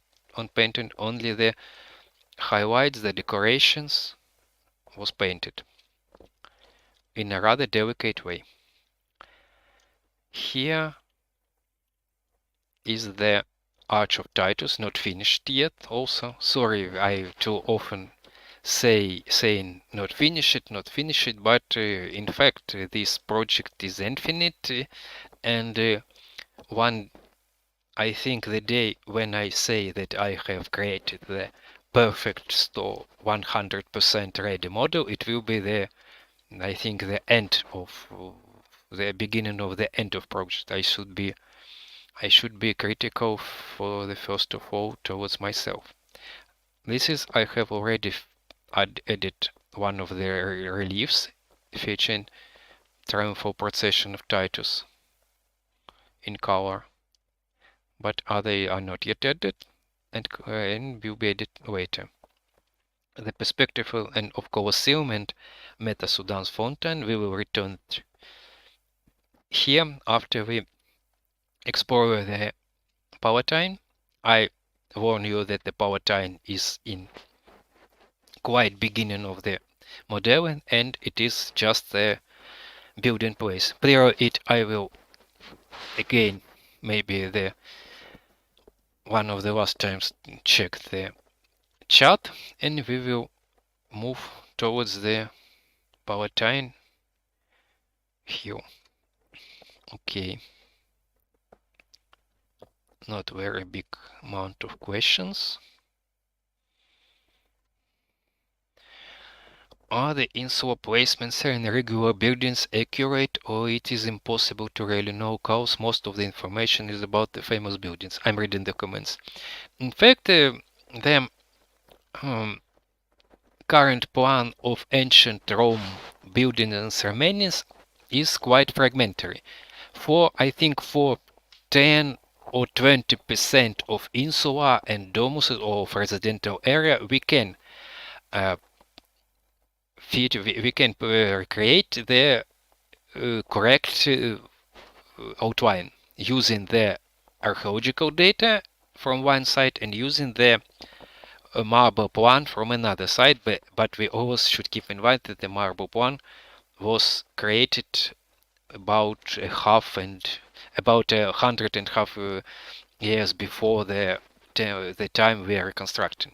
So it is very controversial things, and we have keep it in mind. But there are very much amount of area which is still in blank area, and for it, of course, we using not only just our imagination, but for example, there is a mentioned Gismondi maquette of Rome, and for to a certain degree it is outdated since it is finished almost about 50 years ago and more. But for the blank areas of Rome, we using some part of this for this marble, for this model maquette as inspiration, and according with some newer data how the Roman insula and domus should look like, we creating these areas and populating these blank areas of model of areas of Rome with models of insula and domuses. Because yes, the plan of Rome is very fragmentary, and it differs from the, for example, from the plan of Pompeii.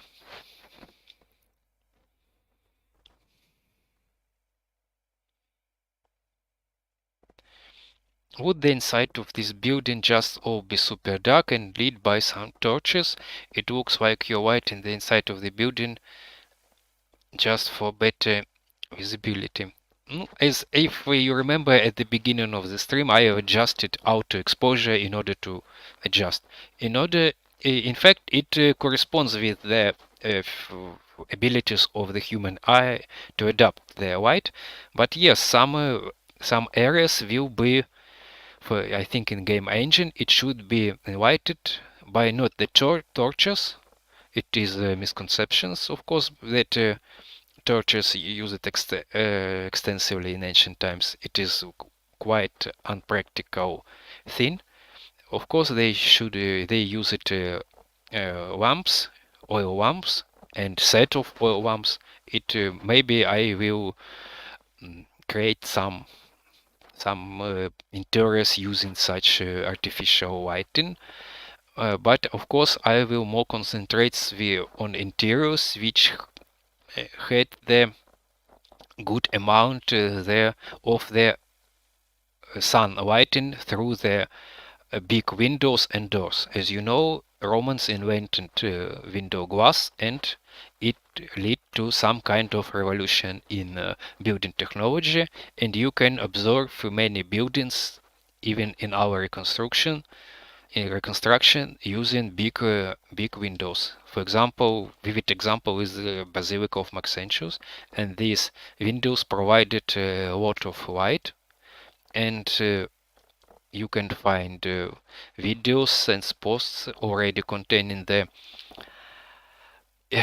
images of interior of the Basilica of Maxentius, and as I promised later, I will show it. It was very full of light inside. Okay, let's I think I have finished with questions. No many. Was not the Pantheon's podium without stairs in the middle? In the middle, still under discussion, and the Pantheons should be updated for sure. I think I will add the roster there. Yes, I'm also joining this this version.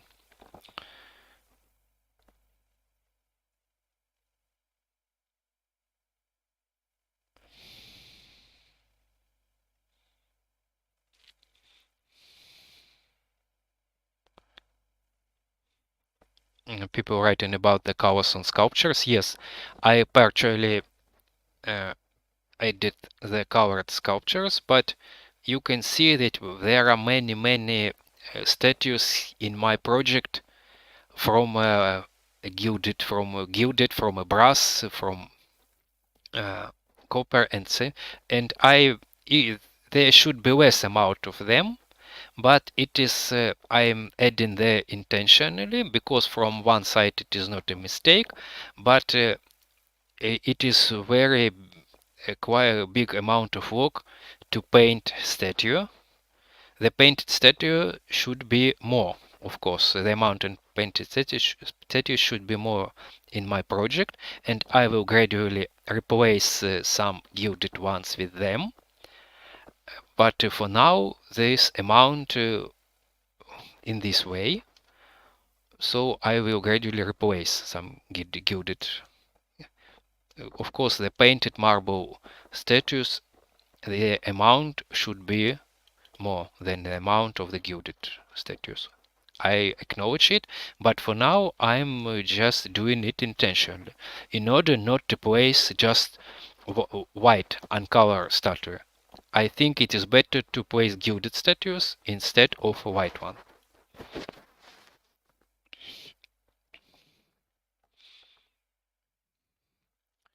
Do you break this plan of the city from the Italo Gismondi map? I think I have already replied on this question. Yes, we are using the data of the Gismondi for the areas which are blank and which are not covered by the modern investigations.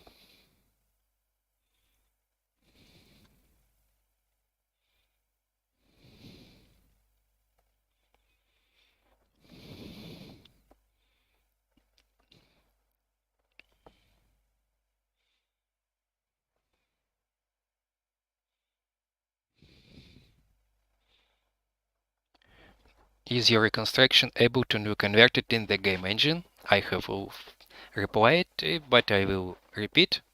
We are working on the application which will be based on Unreal Engine 5, and I will do the application where all of you will be able to work along the ROM by yourself on your PC or your mobile phone or using their application. So we are working on it, yes, but it is a big amount of work. And you can find some updates and news about it in our platforms. For example, on Instagram. For example, 2 months ago in August, I posted video from Unreal Engine 5.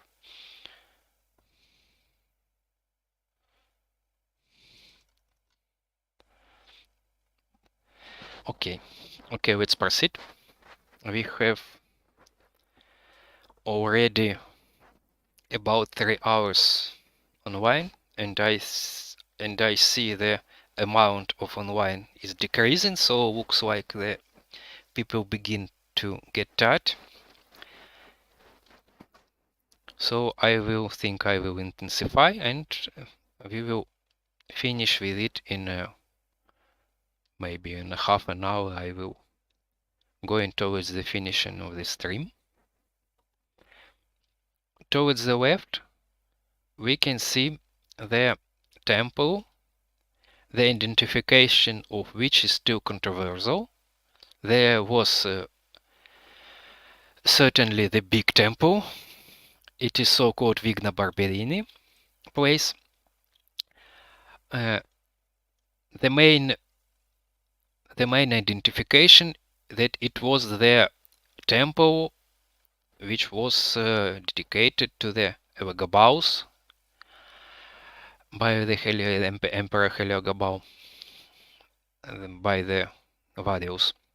But from another side, it is much likely, almost 100%, that that emperor just rededicated the previous temple, and it has been rededicated back just after the death, the assassination of Heliogabalus. And other identifications are offered. Most of most of the most important, the most possible identifications are Temple of Jupiter Victoris and Temple of Jupiter Ultoris. Jupiter Victor and Jupiter Ultor. And the debate still proceeds. The temple was enormous, the portico was big and richly decorated, and it should be also completed. It is work in progress again. Here from this side you can see in general messed up area which should be done from the beginning.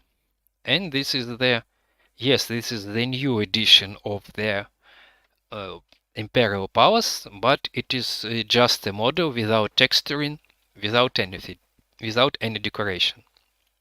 And it should be decorated,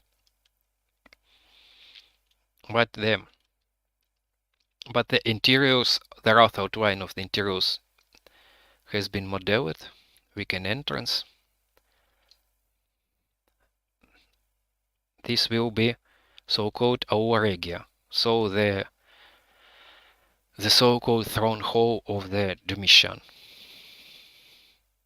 And here were the places where he could hold meetings, and one of them was the Lararium, the sacred place of the gods of this domus. Here the court, and from the other side was the enormous triclinium. We will go there in order to estimate the dimensions of it. So it was enormous. Here should be some richly decorated fountains, but also it's not ready. From that side we have the big amount of rooms for private, for court, and so on. One more court where which affected the rebuilding under Maxentius, and she added here this kind of basilica. It is added by the time of Maxentius. There should be basin with the shrine, and it will be added later.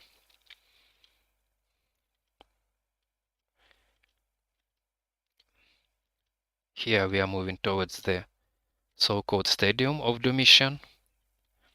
It is also messed up with the relief and should be fixed. From that side the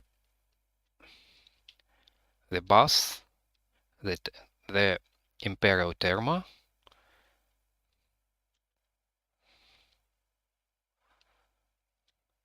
the thermal halls.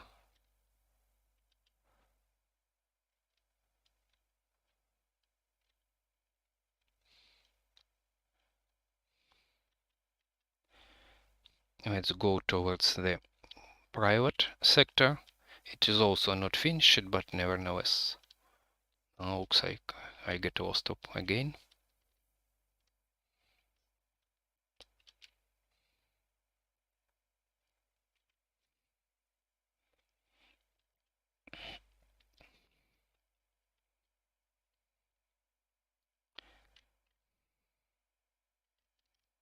Here is the beginning of the private, of the living part of the palace. I think we will go towards that court, which is two-storied court. Somewhere here should be staircase to the lower level.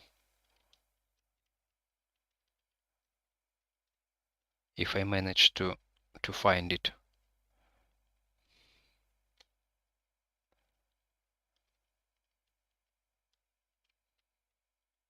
Yes, that's it. It's a staircase to the lower level.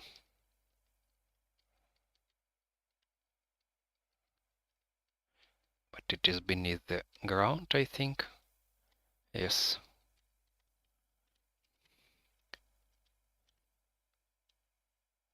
so it's mess it up for now.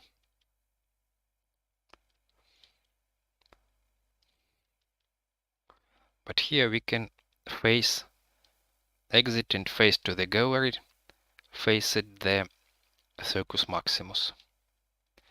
Part of this semicircle gallery still survives.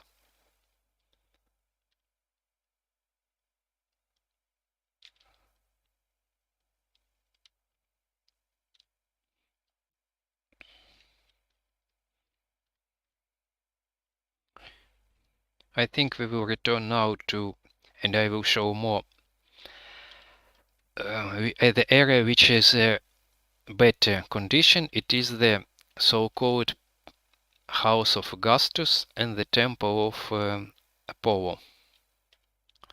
Apollo on Palatine. This is the stadium, as I said, the so-called stadium of Domitian. In fact, it was just the garden.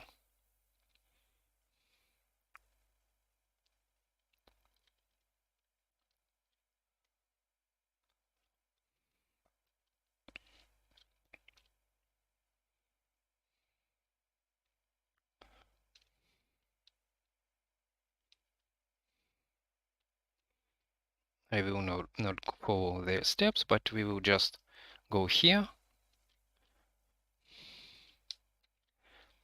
Here is the part of the palace which was connected with the Augustan libraries.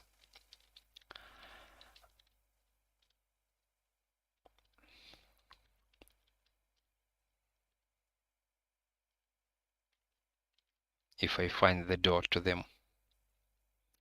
The door should be here because I already see the semicircular wall of it.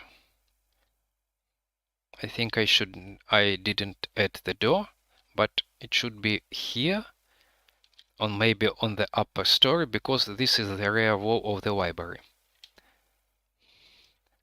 This is one of the... No, I'm mistaken, it's not the library, it is the part of triclinium. So it should be here.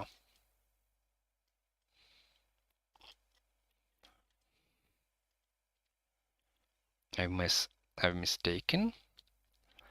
And here, yes, this is two libraries, and the entrance to them should be somewhat here.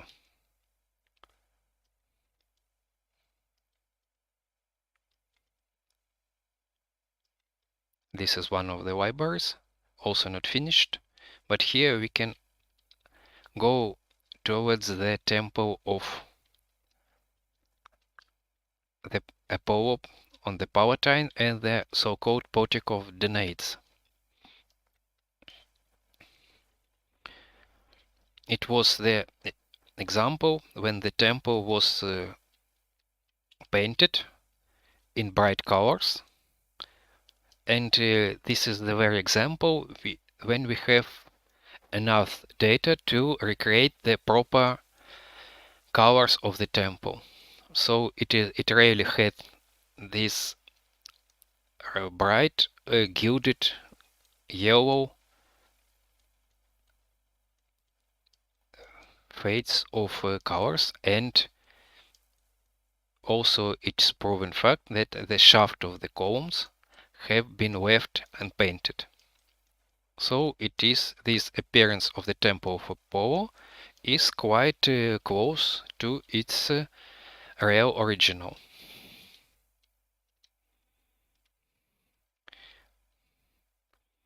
Here we can observe the view towards the south of the Palatine Hill, and we can see here the circus and the Forum Boarium, the Temple of Hercules, the Temple of Portunus, the Theater of Marcellus, the Circus Maximus, and even the Bath of Caracalla. Let's return. Okay, let's move towards the final part of our stream. I see already the amount is lower than 60 viewers. If I'm not mistaken, the maximum amount was about 100. I understand many people can can be tired from it. I have forgotten to show the House of Augustus. It's overlapped with the other buildings, but I still can show some part of it. That's it. This. It was connected with the sanctuary of Apollo. I know there are some other scholars which reject, deny the existence of the House of Augustus on that place, but I joined this edition. This upper part is reconstructed, is depicted as a famous Sicily room of the Augustus, so some kind of it's his private room where he worked. So this is how the interior yard of House of Augustus could look like.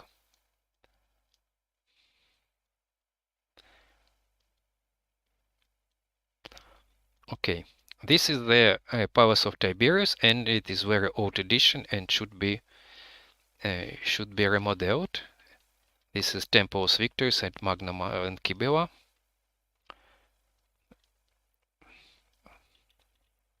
So let's go towards Colosseum.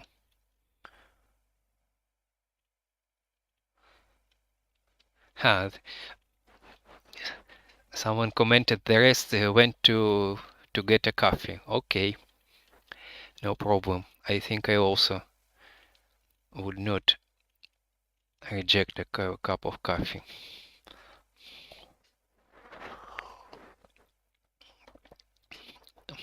Let's go down to towards the Colosseum. You can see the upper part of Colosseum here.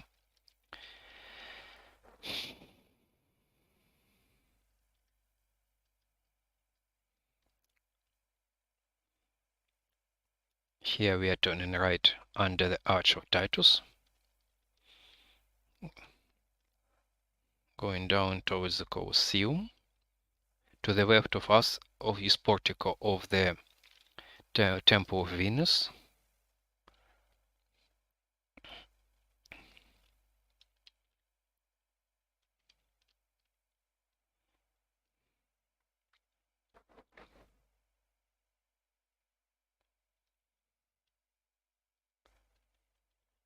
This is the Meta-Sudan's fountain. This is the Arch of Constantine, which has been preserved till nowadays. This is, you know what this is, and this is the so-called Colossus Solis. Here is the facade of the Temple of Venus and Roma, with the example of colored sculptures, how it should look like. And answering the question about the statue of Colossus, I will tell that yes, initially it was a Colossus of Nero, and it has been it was a part of the entrance towards the area of the Domus Aurea of Nero, of the Golden House, and approximately it has been located somewhere here. So the entrance was from here. There was a portico here. Here was the statue of Colossus. Here was some kind of the colonnade of the yard, and afterwards there was a large pond, almost a lake, in the place of the Colosseum. In fact, not quite artificial, because it is the place where still the water still collecting under the Colosseum. So there are some underground streams which follow here. And later, after the reign of Nero, the area of Domus Aurea of the Gilded House has been gradually replaced by the buildings which later emperors, subsequent emperors intentionally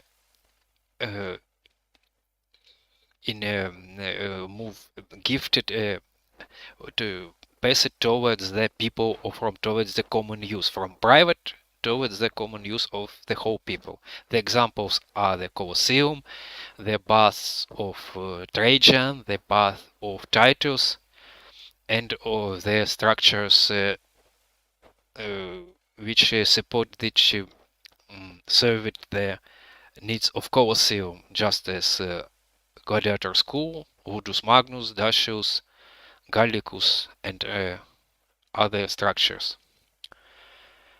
And as for the Colossus, it has been moved towards the new place during the constructing the Colosseum.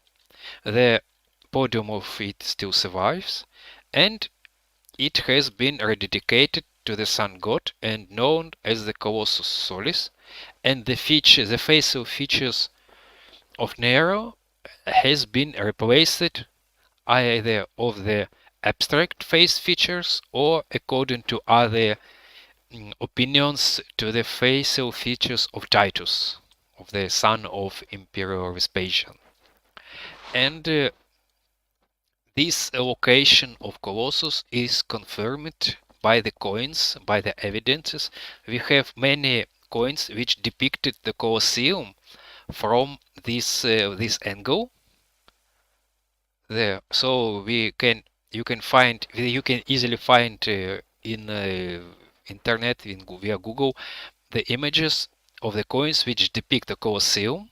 In the center, from the left side, the Colossus, and from the right side, some kind of porticos, and that's it. And we have evidences that the Colossus survived till the end of ancient world. It is certainly stood even in the 4th century, in the mid-4th century, which we are representing in our reconstruction. And there are even the there are even the hypotheses that it stood till the 8th or even 9th century, referring to the evidence of Beda, still the Colossus stands, then the Rome will stand. But personally, I don't believe that Colossus lasts too long. I think it has been dismantled during the 5th and 6th centuries. As for the Arch of Constantine, it's also, I think I will create the painted edition, and you can imagine how it should look like, because one short lateral side is finished, all reliefs are painted, and other reliefs will be painted in a similar way. Oh, so what else remaining? I think I will now moving towards the finish in the stream. If you have questions remaining, if you have some locations of Rome which you want to see, please don't hesitate. Please send me your comments, your requests. I will read them. And now, while I'm awaiting your final questions and requests, what I can show. I can show the Temple of Claudius. Let's go towards the top of the Cillian Hill from the Colosseum and see the Temple of Claudius. This temple was finished by his wife Agrippina the Younger. Built and I think eventually finished by the Vespasian. There are some substructures of the rusted stone still survives, and you can see it by your own eyes in Rome. I think that that part of this substructure survive.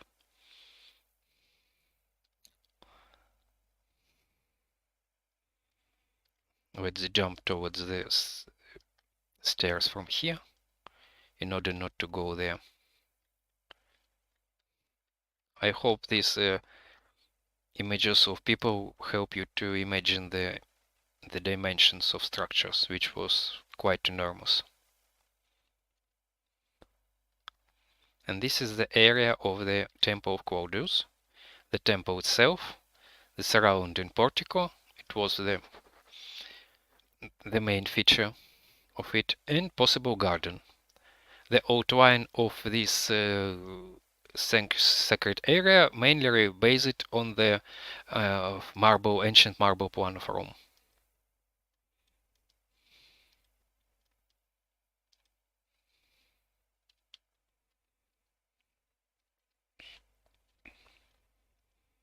You can see the top of Colosseum here.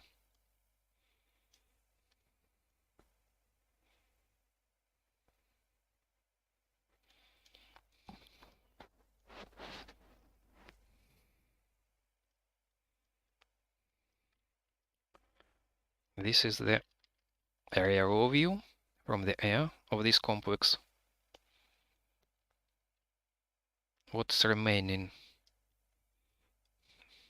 Let's go towards the, I think, Bath of Trajan, while I'm awaiting some of your comments if should they appear.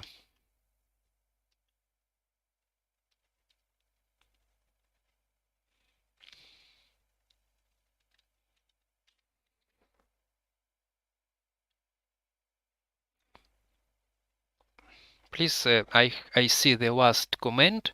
I didn't understand what you mean. Ah, you have deleted it. Okay.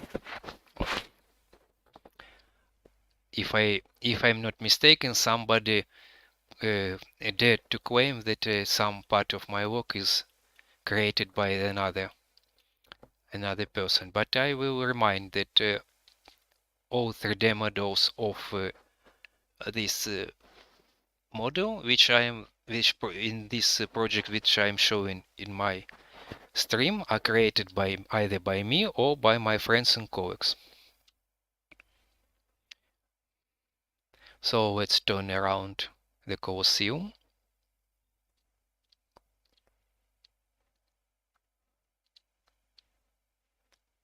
I have reminded there was the question about the Palatine Hill also. I don't know whether that person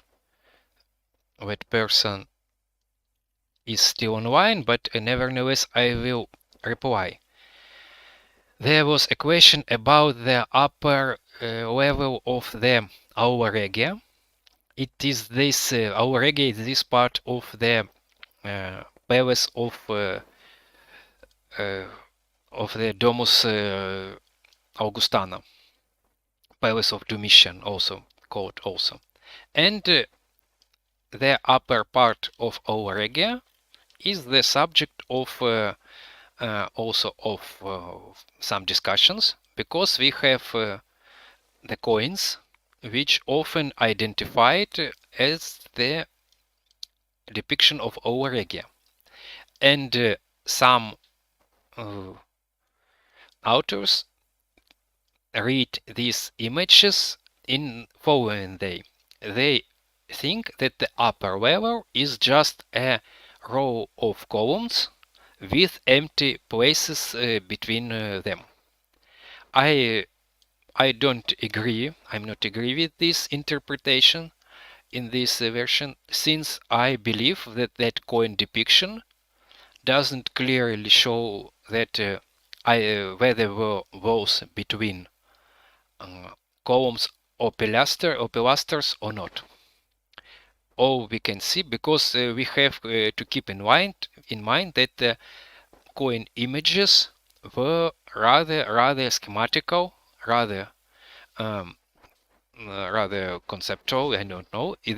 Their intention, their aim was not to depict the building in an accurate way. Their aim was to provide uh, the common people the image of the building, of the famous building, which is could be recognized in a easy way. So it could be just a sketch, just an outline of famous building. So yes, we can see the row of columns or pilasters at the upper level, but we can interpret it in a way which is according with our knowledge, with our background, which we have from the history of Roman architecture and engineering. And this was a throne room which used all over the year, and I think it is doesn't have any sense to leave the upper story of this room open to the winds, to the rains, and so on. This was this, and they proposed us to leave this area open, just supported by the row of columns. And I think it doesn't make sense. And another reason, it is quite difficult for such rows of columns to support such big ceiling. And the vault up structure could do it in a easier way, regarding their engineering. So I think this interpretation is much more realistic. It is not supported only by me, it is the vision of many other projects. So let's return to baths. I will show bath of Titus, bath of Trajan. Then I will check if I have some comments and requests, and I will decide when and to complete to finish the stream. Already 3 hours. I think it even exceeds the total time of the previous stream, which I held 2 years ago. Let's go upstairs to the bath of Titus. It was the small bath which, as Suetonius tells us, was have been built in a rush in the same time where the Colosseum built. So they has been built to serve the people which are visiting Colosseum. And it was a rather interesting building which occupied the rather little place at the slope of the hill, and it has unusual outline. So it depicts the good skills of Roman engineering. They could find unusual, interesting solutions when they have the limited amount of the area, and they built some unusual structures. In fact, I like classical architecture for ancient architecture. So we have, from the one side, we have just a simple set of orders of columns, and from the other side we have the infinite combination of it, the infinite combination of elements, and the big amount of truly magnificent, of truly different buildings which are not close to each other. So this is one of the features which affect me the most in the ancient architecture. I hope I explained it. You could understand what I mean. And this is the bath of Trajan, the first of the truly great baths of Rome.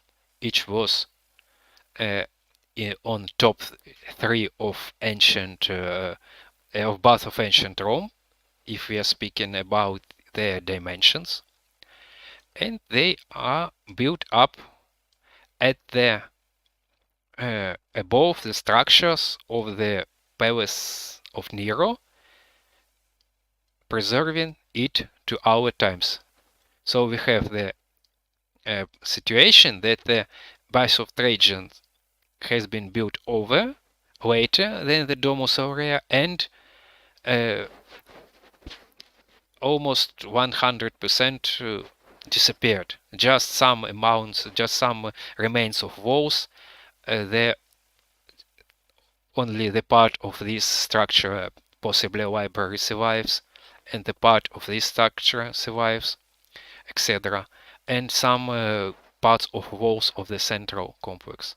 But here under the platform which has been created to carry the Bath of Trajan, here the structures of the halls of the Domus Aurea has been concealed, and they preserve it and conserve it till our times.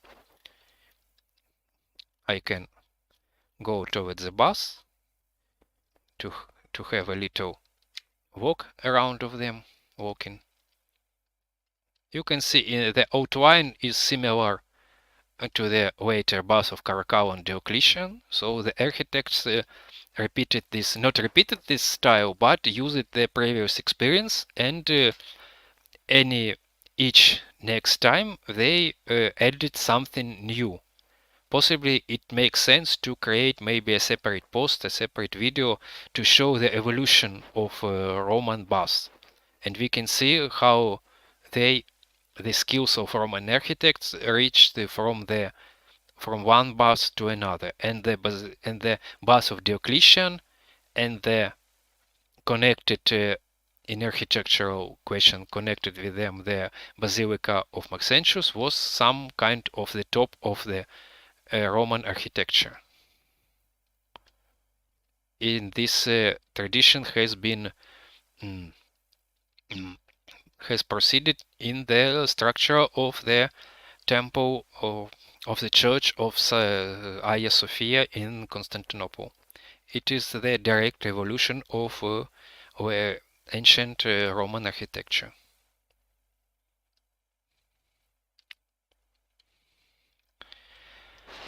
So I think I have shown everything I have promised.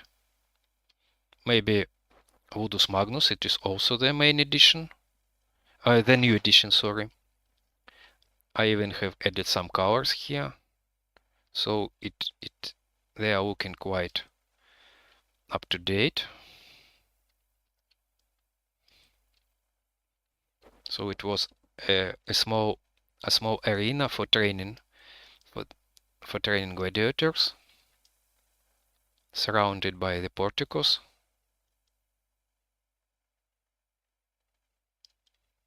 That's it. Okay, now I will check the questions.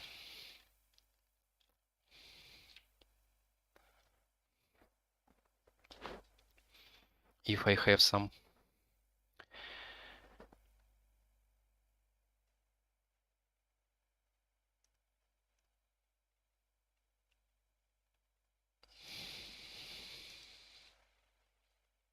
I remembered I forgot to show the markets of Trajan. Yes, thank you for reminding. I will return, I will fly towards them. This was here from the northern edge of the Forum of Trajan. Here they are. Here they are. Here you can see the addition of the red brick with the red brick facades, but I will refresh it, and they possibly likely should be stuccoed in lighter colors. Here is the famous Via Biberatica between these market places and it survived till our days in a rather good condition, you know. So here is the Via Biberatica.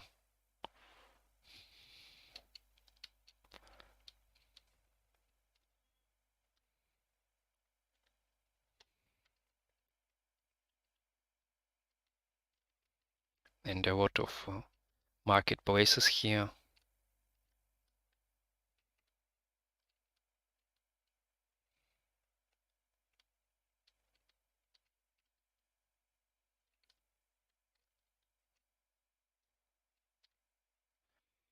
For example, this model is created by my friend and colleague Sergey, which I mentioned when we were standing on Capitoline Hill, and this model created long ago, several years ago, but is still of a very really good quality, much better than some of my old works.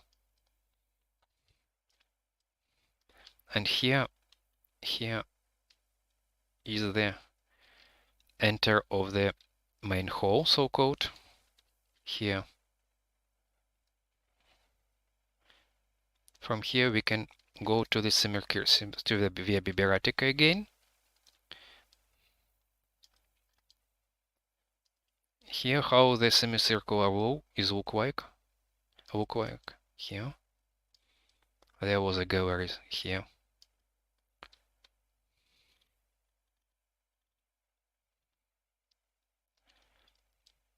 So that's it for the markets. Also, you asked about the pyramid, but it is just a simple structure for now. This is the gates, Porta, so-called Porta Astiensis, and the pyramid. So you can see it is just a draft, and the area now is empty. This is now known the Monte Testaccio, so it is also just a draft, and all the warehouses, the emporia, the port grain structures, buildings should be added. It was very interesting, of course, and very important place as well, not only the forums. Also, let's proceed with the questions remaining if they have. Did you create the Colossus? Of course I've created them. As I said, this content is created by our team. If we are posting content by other authors, I mention it separately.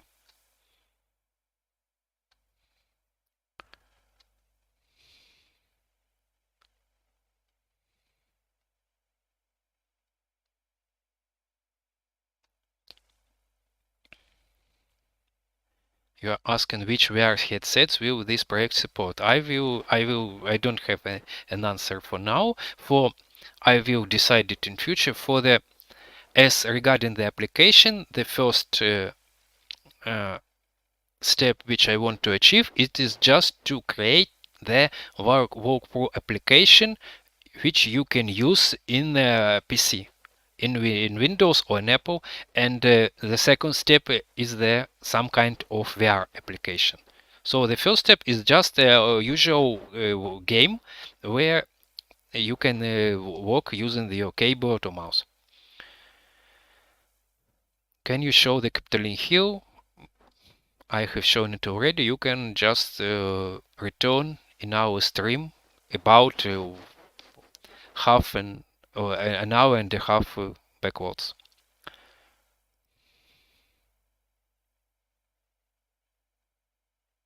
I see somebody already replied to that guy.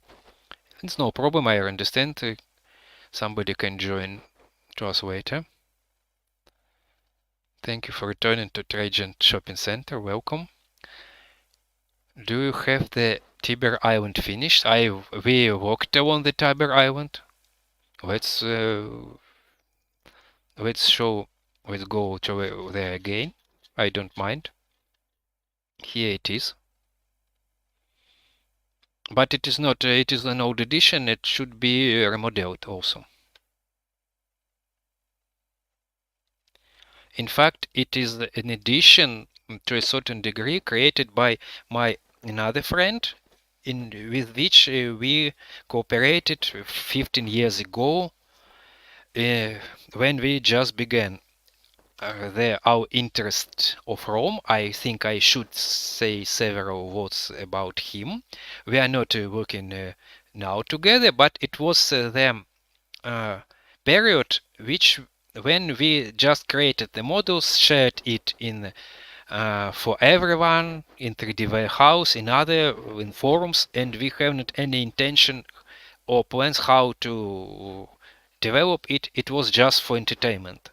And he shared his models and I shared my models. Then some years passed. He has found his job. For now, he working with the famous project Rome Reborn, which is led by Professor Bernhard Fischer. In fact, I treat this project with a huge respect. Bernhard Fischer, in fact, the first from us. He um, he was the example for us. He started his Rome Reborn project many decades years ago, so he inspired us. And my friend, his name is Lasha. He is from Georgia. He joined him and they are working together and they are creating also wonderful reconstructions. You can follow the Rome Reborn project. You can follow here Flower Zone site. They are creating reconstructions not only for Rome, and there are wonderful reconstructions for Baalbek, for Athens, for some parts of Villa of Hadrian in Tibur, in Tivoli, and so on. I highly recommend. But we are keeping good relations. We are exchanging our scientific information, exchanging advices, and so on. And he and some old models from from our common projects 15 years ago still present in this project. He allowed me to use them, and there are still some old but rather good models created by him which I gradually replacing, and the outline of the Tiberias Island is created by him. I have added here just a few temples. Also, I think the temple of Tiberius, yes, is created by him. Also, the old model and will be replaced. Maybe something more if I remember. I have almost replaced it and everything, but we have something, I think. Yes, the Temple of Tiberius is created by him. The part of the old version of Basilica Ulpia is created by him. Maybe the Curia Julia, old edition, yes. The interior is new, but the old edition is created by Lasha. Maybe something more. Maybe I think that's it. If I'm not, maybe some minor object, but it's only a several object remaining created by him. Yeah, the mausoleum of Hadrian created by him. Yes, and so it was a good collaboration. And I think I should mention those people who supported me and helped me to proceed to obtain new skills, because he was the man who 1 year ago supported me in my interests in ancient Rome, supported me with skills, with materials, and he was impacted the first steps of my way in 3D modeling, and I will feel gratitude, will be thankful for such people. So that's it, and let's proceed with checking comments. Yes, their Baalbek is very nice. Yes, I agree. Somebody agrees me with Rome Reborn projects.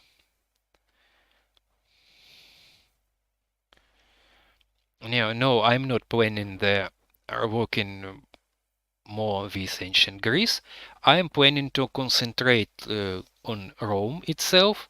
Also, I have two minor projects which I update from time to time. It is the Palace of Diocletian in Split, now in Croatia, and the Palace of Kaledius Felix Romiliana in Zaječar in Serbia. Actually, I am now living in Serbia, and it is also interesting for me here that I have here this palace, which in fact very similar in architecture terms with the temple, the palace of Diocletian, and supposedly even this they had the common architects. Have you shown the Pantheon? I've shown just the exterior in Pantheon. Ha, good joke. Pantheon is under construction like in real life. I didn't know that it's. I think the fountain now in front of it is closed, but the Pantheon is open for some fee now. But I remind that I will arrange some separate live stream where I will show some interiors. So the question, do you have the Tiber Island finished? No, it is not finished. It will be replaced by the new model once it would be possible. When you have gotten the source of the map layout, as I already answered, you can scroll back to the Capitoline Hill when we have a pause, and I explain the sources. It is the Carandini Atlas, it is these are topographical atlases, these are ancient marble plan of Rome, and so on and so on. So no more questions. That's it? Did you really show the... Yes. Yeah, you have already shown the Campus Martius. We have worked on it. Okay, so if you don't have the questions, I think we will now move towards the end. 3 hours and a half. 56 persons online. Can we pay a visit to Bath of Constantine? Okay, I think I forgot. It is the exterior is relatively good looking now. Let's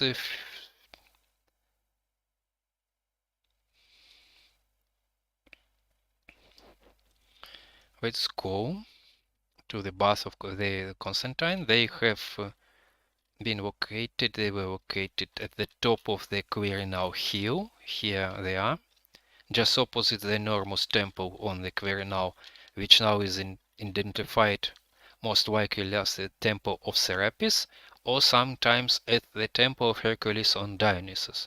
So the identification is not clear, and looks like it bears their names on different times of its existence. This is the Bath of Constantine, often named as the latest great baths of Rome. These are not very big in comparison with baths of Caracalla and baths of Trajan, but they are certainly at least the same or even more. They may have even more dimension than the baths of Nero, of Alexander Severus, certainly larger than the baths of Decius, of the baths of Agrippa, and so on. And interesting that engineers returned here to the idea of the round caldarium, of the round hot bath hole, and added the apses from the three sides. Interesting that the Constantine also added the similar during the time of Constantine or during the time of another emperor. We don't know for sure, but the similar apse has been added also to the caldarium of the Bath of Caracalla. I have not added it in my project yet, but these apse should be added to the Bath of Caracalla from the south edge as well. So maybe even the same architects performed that. Sadly, these remainings didn't survive also the Renaissance time. We have the pictures, for example, from Duperac. It is the 16th century, depicted which the south facade from this side, and some windows, even some structures of the round hall could be recognized in these pictures, but after they were demolished completely afterwards, sadly. But Palladio and others created the outlines, the dimensions, so we can reconstruct it to a relatively high, with a relatively high level of accuracy, at least regarding its dimensions. And of course, I think you know that some famous sculptures from Hellenistic times, including the Boxer, the Hellenistic kings, have been found here, as well as the statues of the Dioscuri on horses, but it is most likely they have been placed at the tympan of the Temple of Serapis. And now they are standing somewhat here at the square. I don't remember its modern name, Quirnau or something like that. So sorry, I think I know ancient Rome better than modern Rome, and I often confuse in the names of modern Rome. Sorry for that. This is the Temple of Quirinus, not finished yet. And here there was Altas Semita Street, which led towards the Diocletian Baths, also not finished. This is the rough outline, just to show. Okay, what about the Temple of Serapis? Not as you can see, this is the current state. I have some updates for porticos, but not yet added here. There were splendid porticos with basins here, and it is one of my most favorite temples in Rome, and I will pay special attention to the final reconstruction of it, and I hope it will be splendid when I finish it. Will you make other videos about the decline of Rome? I think you mean my promised series of video about how Rome looked like at after the Vandals, after the Ricimer. Yes, I have such plans, but I have and another plans. I will return to it, but I cannot now promise when I will implement such videos. But I definitely will do it. It is interesting for me. There is certain amount of work which I have to perform prior creating every such video regarding the modeling. I should change the parts of model to a large degree prior every video, so it will take a big amount of work and effort. So I will return to it, but I cannot say when. What are your favorite baths of Rome? Mine is the bath of Diocletian. I think I can agree. I think because I think that the baths of Diocletian were the most technical, the most improved in technical side from, and they were very, very richly decorated. I don't think that the bath of Caracalla worse than the bath of Diocletian. But I think, yeah, the bath of Diocletian, if I should choose between them, I rather choose the bath of Diocletian. Anyway, we will compare them when I finish the bath of Diocletian. And also I have plans for the new edition for the Bath of Caracalla as well, because some interiors there in our project are outdated, and I will replace them. So I'd rather put, yes, Bath of Diocletian to the first position and the Bath of Caracalla to the second. But it is a rather issue of our personal attitude. All the great baths of Rome were the wonders of architecture and of engineering.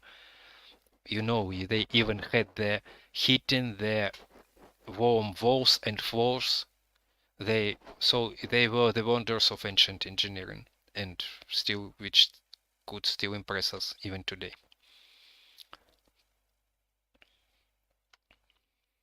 Yes, the baths of Trajan also were very beautiful. We have evidence for that.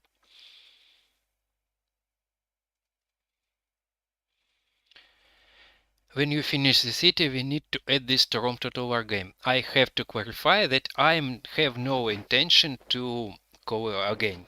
To clarify that I have no intention to collaborate with some great game producers. I will produce the the application by my force, by myself. I don't want to pass the responsibility of accuracy of my project to other hands.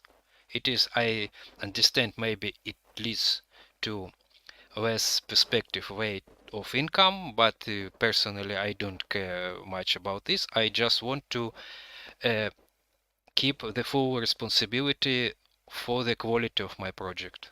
I want to make it as accurate as I would like myself as a visitor of my project. I just want to walk along the streets as they should be. So I want to control the quality by myself till the end of this project. Okay, so I think that's it. I don't see any more questions.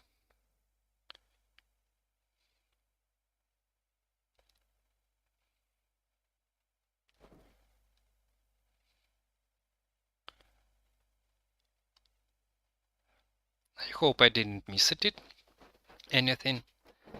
Okay, and the last thing which I want you to show to those who have the patience to sit till the end of the project, 54 persons, I congratulate you. You have enough patience. I will not close this project. I will try to do the following thing.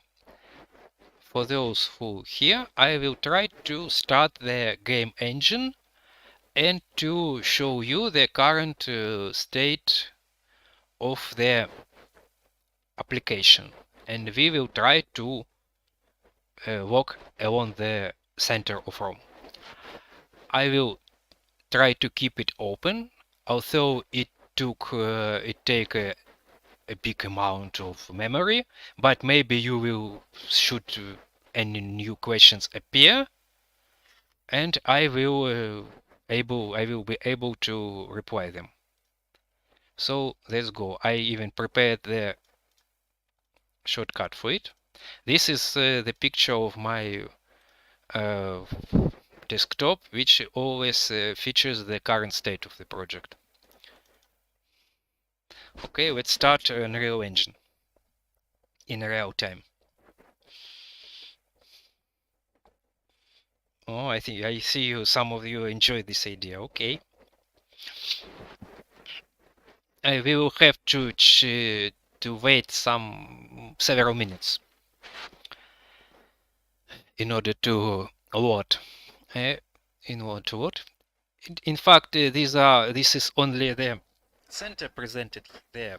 The Forum Romanum, the Via Sacra, the Colosseum, and the Capitolium. But we will try to walk along there.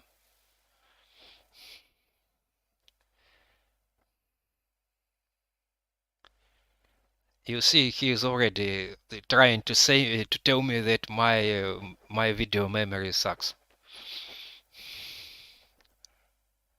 She's been exhausted. Although I have 8 gigabyte, and looks like it is not sufficient. I have to work more there. There, as one my friend said me many years ago, you will have a lot of pain implementing your project in game engine. And I literally feel this lot of pain when I working on the performance of the project to decrease to increase the frames per second, to decrease the lags, and so on and so on. But the Unreal Engine really it is a very good stuff, and has many features which allows us to increase the performance. Flying horses, yes. I hope now horses are no longer flying. So I think it is loaded, and now you can see the Forum Romanum, and I think you can see it in comparison with the previous stuff, and here the quality of the picture is better, I think. If you agree, I think it is better. So let's try to start the application, to start the working, to start the level.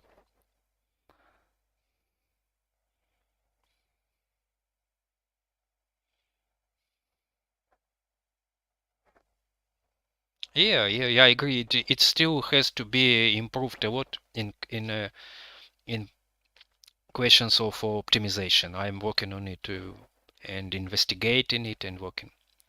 So you can see here, even such we have not very big FPC, but it is now for the previous application is open.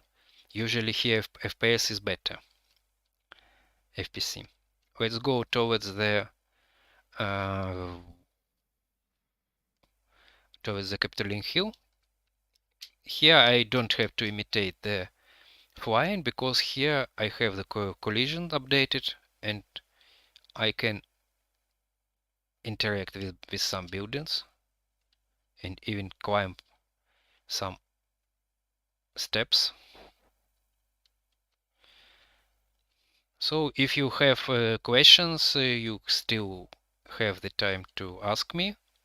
I see some question about the Basilica Emilia. No, it is not finished. I will show, but it is not also. It is not Basilica Julia is quite is a very more good, far good edition state than the Basilica Emilia.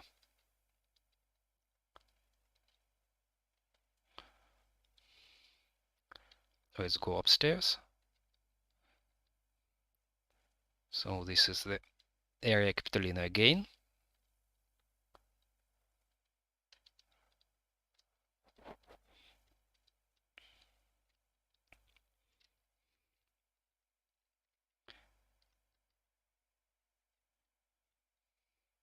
This is the general view of the forum again, of the Palatine. So you can see that the Velabrum Circus Maximus are not added, unlike the previous editor. The Campus Martius isn't edited as well. Many sculptures also missing and so on. But I think the picture here for distance is better. So it has the potential for perspective to have a good picture. These are just the repeating fake buildings. So what I can show you more? I can show the Colosseum, and I think the Curia here, the Saint Curia Julia here is available. Let's go there.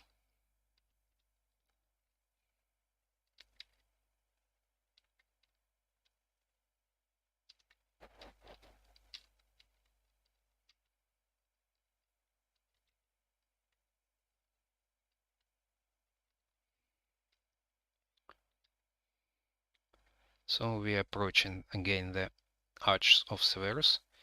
Here the reliefs are visible in a better way than in that application, since the Unreal Engine adjusts whites better.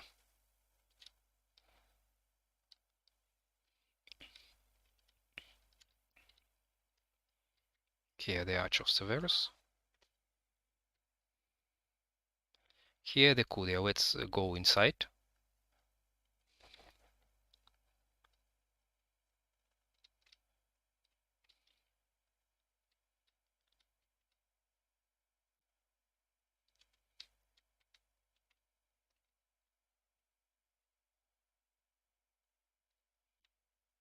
The ceiling isn't completed, of course.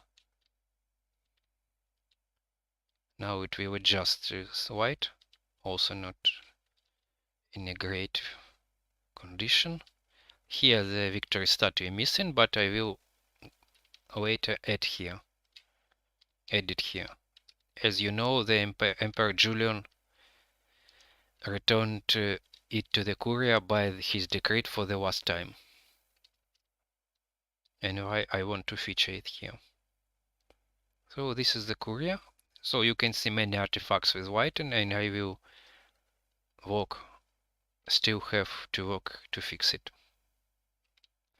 Because the whiten is dynamic, not static, and so also we have to deal with dynamic whiten to adjust it in a proper way. This is the Basilica Aemilia as I have, and as I have told, it is not finished. It should be much more richly decorated. These walls should be covered with marble and so on, and the columns are old, not updated. This is the main hall. The porticus looks better.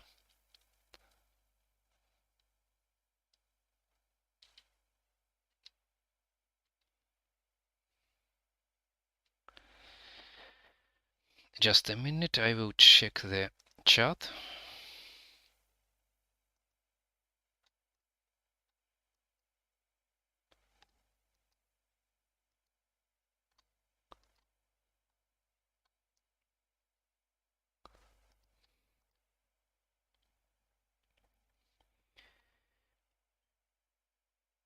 Okay, I will now proceed to the Colosseum, as I promised.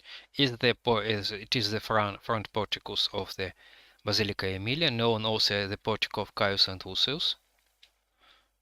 The Temple of Divine Julius, again the Arch of Actium, the Temple of Castor, the Rostra Julia, the Rostra Diocletiani.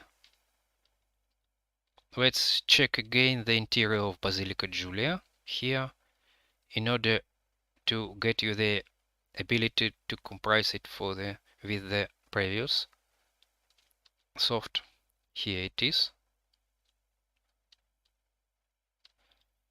The marble should be adjusted. It is not hasn't still reflection settings. I think we can go upstairs here.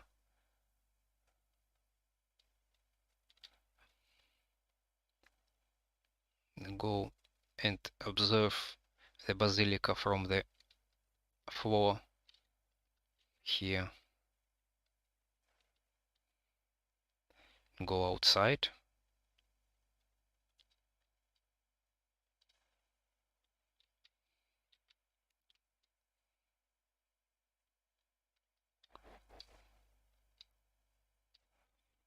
I don't want to go downstairs. Let's jump just.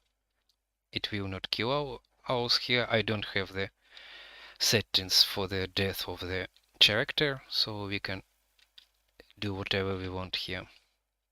Temple of Castor and Pollux. Let's go towards the Colosseum. Arch of Augustus of Persian,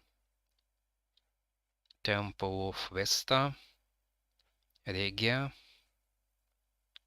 Regia, maybe correctly. House was Vestals, but not finished. Temple of Antoninus and Faustina. Basilica of Maxentius. Temple of Venus and Roma. Arch of Titus. Palace of for Diocletian is missing, as you can see. And finally the Colosseum. The fountain. The arch. The Colosseum is not here without the columns, but that's it. So this is the current state of application.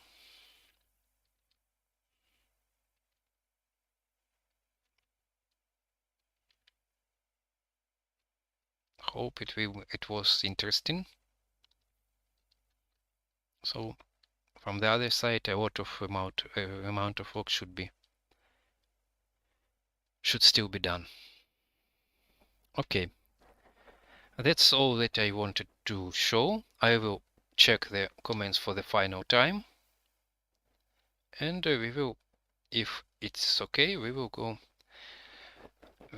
finish our stream finally. Now I will scroll back to the beginning of the Unreal Engine opening. Temple of Juno Moneta here is not finished, so I will not reach it in Game Engine. I have not added the underground tunnels of the Colosseum, maybe in some future edition. For the now, I'm working with Colosseum Arena.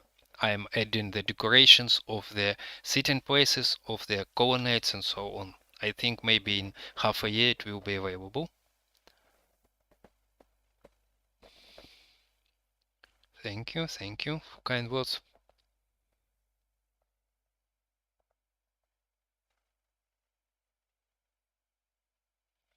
How do you reconstruct the look of ceilings that haven't survived, like the Bath of Caracalla and the Basilica of Maxentius? As for Basilica of Maxentius, we have the information, we have the, for the growing vault, we have the fragments where we have the outline of it, and we can restore the outline of these figures of the hexagons and other figures of the main growing vault of Basilica of Maxentius.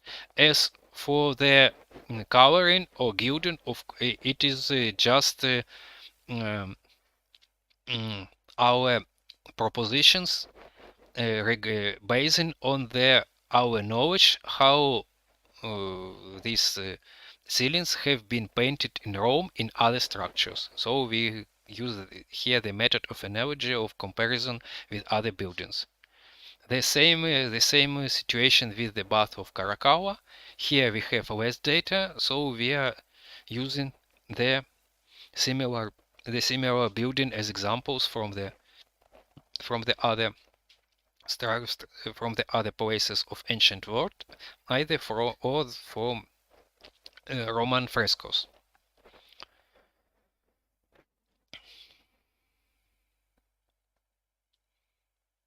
Will you plan future to make the construction of Domus Aurea? As I said, in theory maybe, but it is definitely not the near future, because I want to finish the current edition of Rome, which represent the 4th century new era. And as I already estimated in this stream, it could take years of work. And maybe after that I will gradually move to some other eras. Firstly, which have more in common with the 4th century. But as for Domus Aurea, you can understand it is a big piece of work which had be done separately. And I'm pretty sure there will appear during this time there will appear another projects which will do it maybe in a better way than me. So definitely not for near future.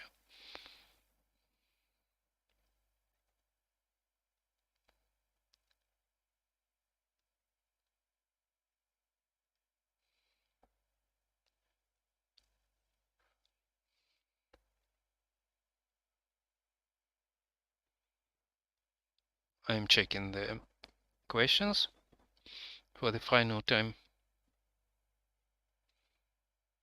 You're asking to show the Colosseum, the current state. Let's try.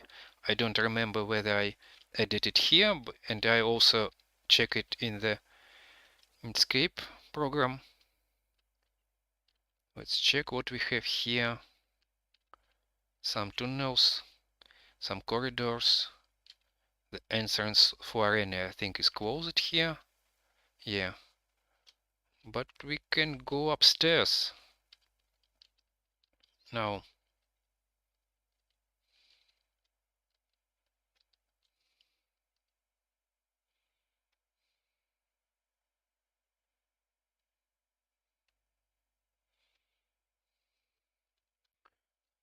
Here we'll now find the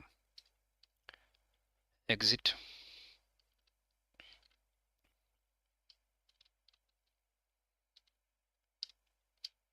Here, for example. So this is old edition, and I will replace it with a new one as well. Exterior is new, but the arena is old, and I will replace it. Should be much more colorful and decorated.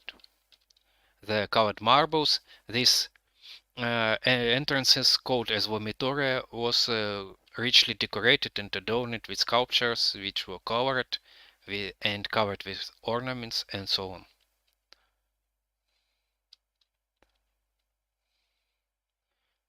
So I think here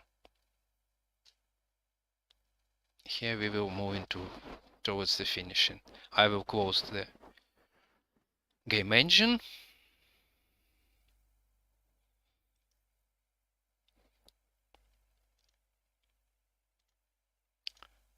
I will open this Inkscape for the final time. Let's move to the maybe general view.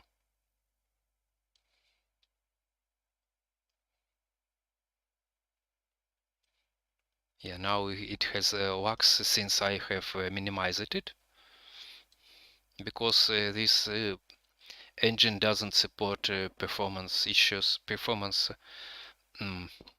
abilities like Unreal Engine, so it keeps everything in the memory. Anyway, thank you everyone who participated here in this stream for 4 hours.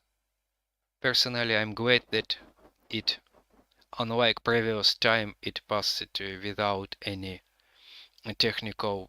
major technical issues. If you remember, we had some connection problems then. I hope the signal was okay.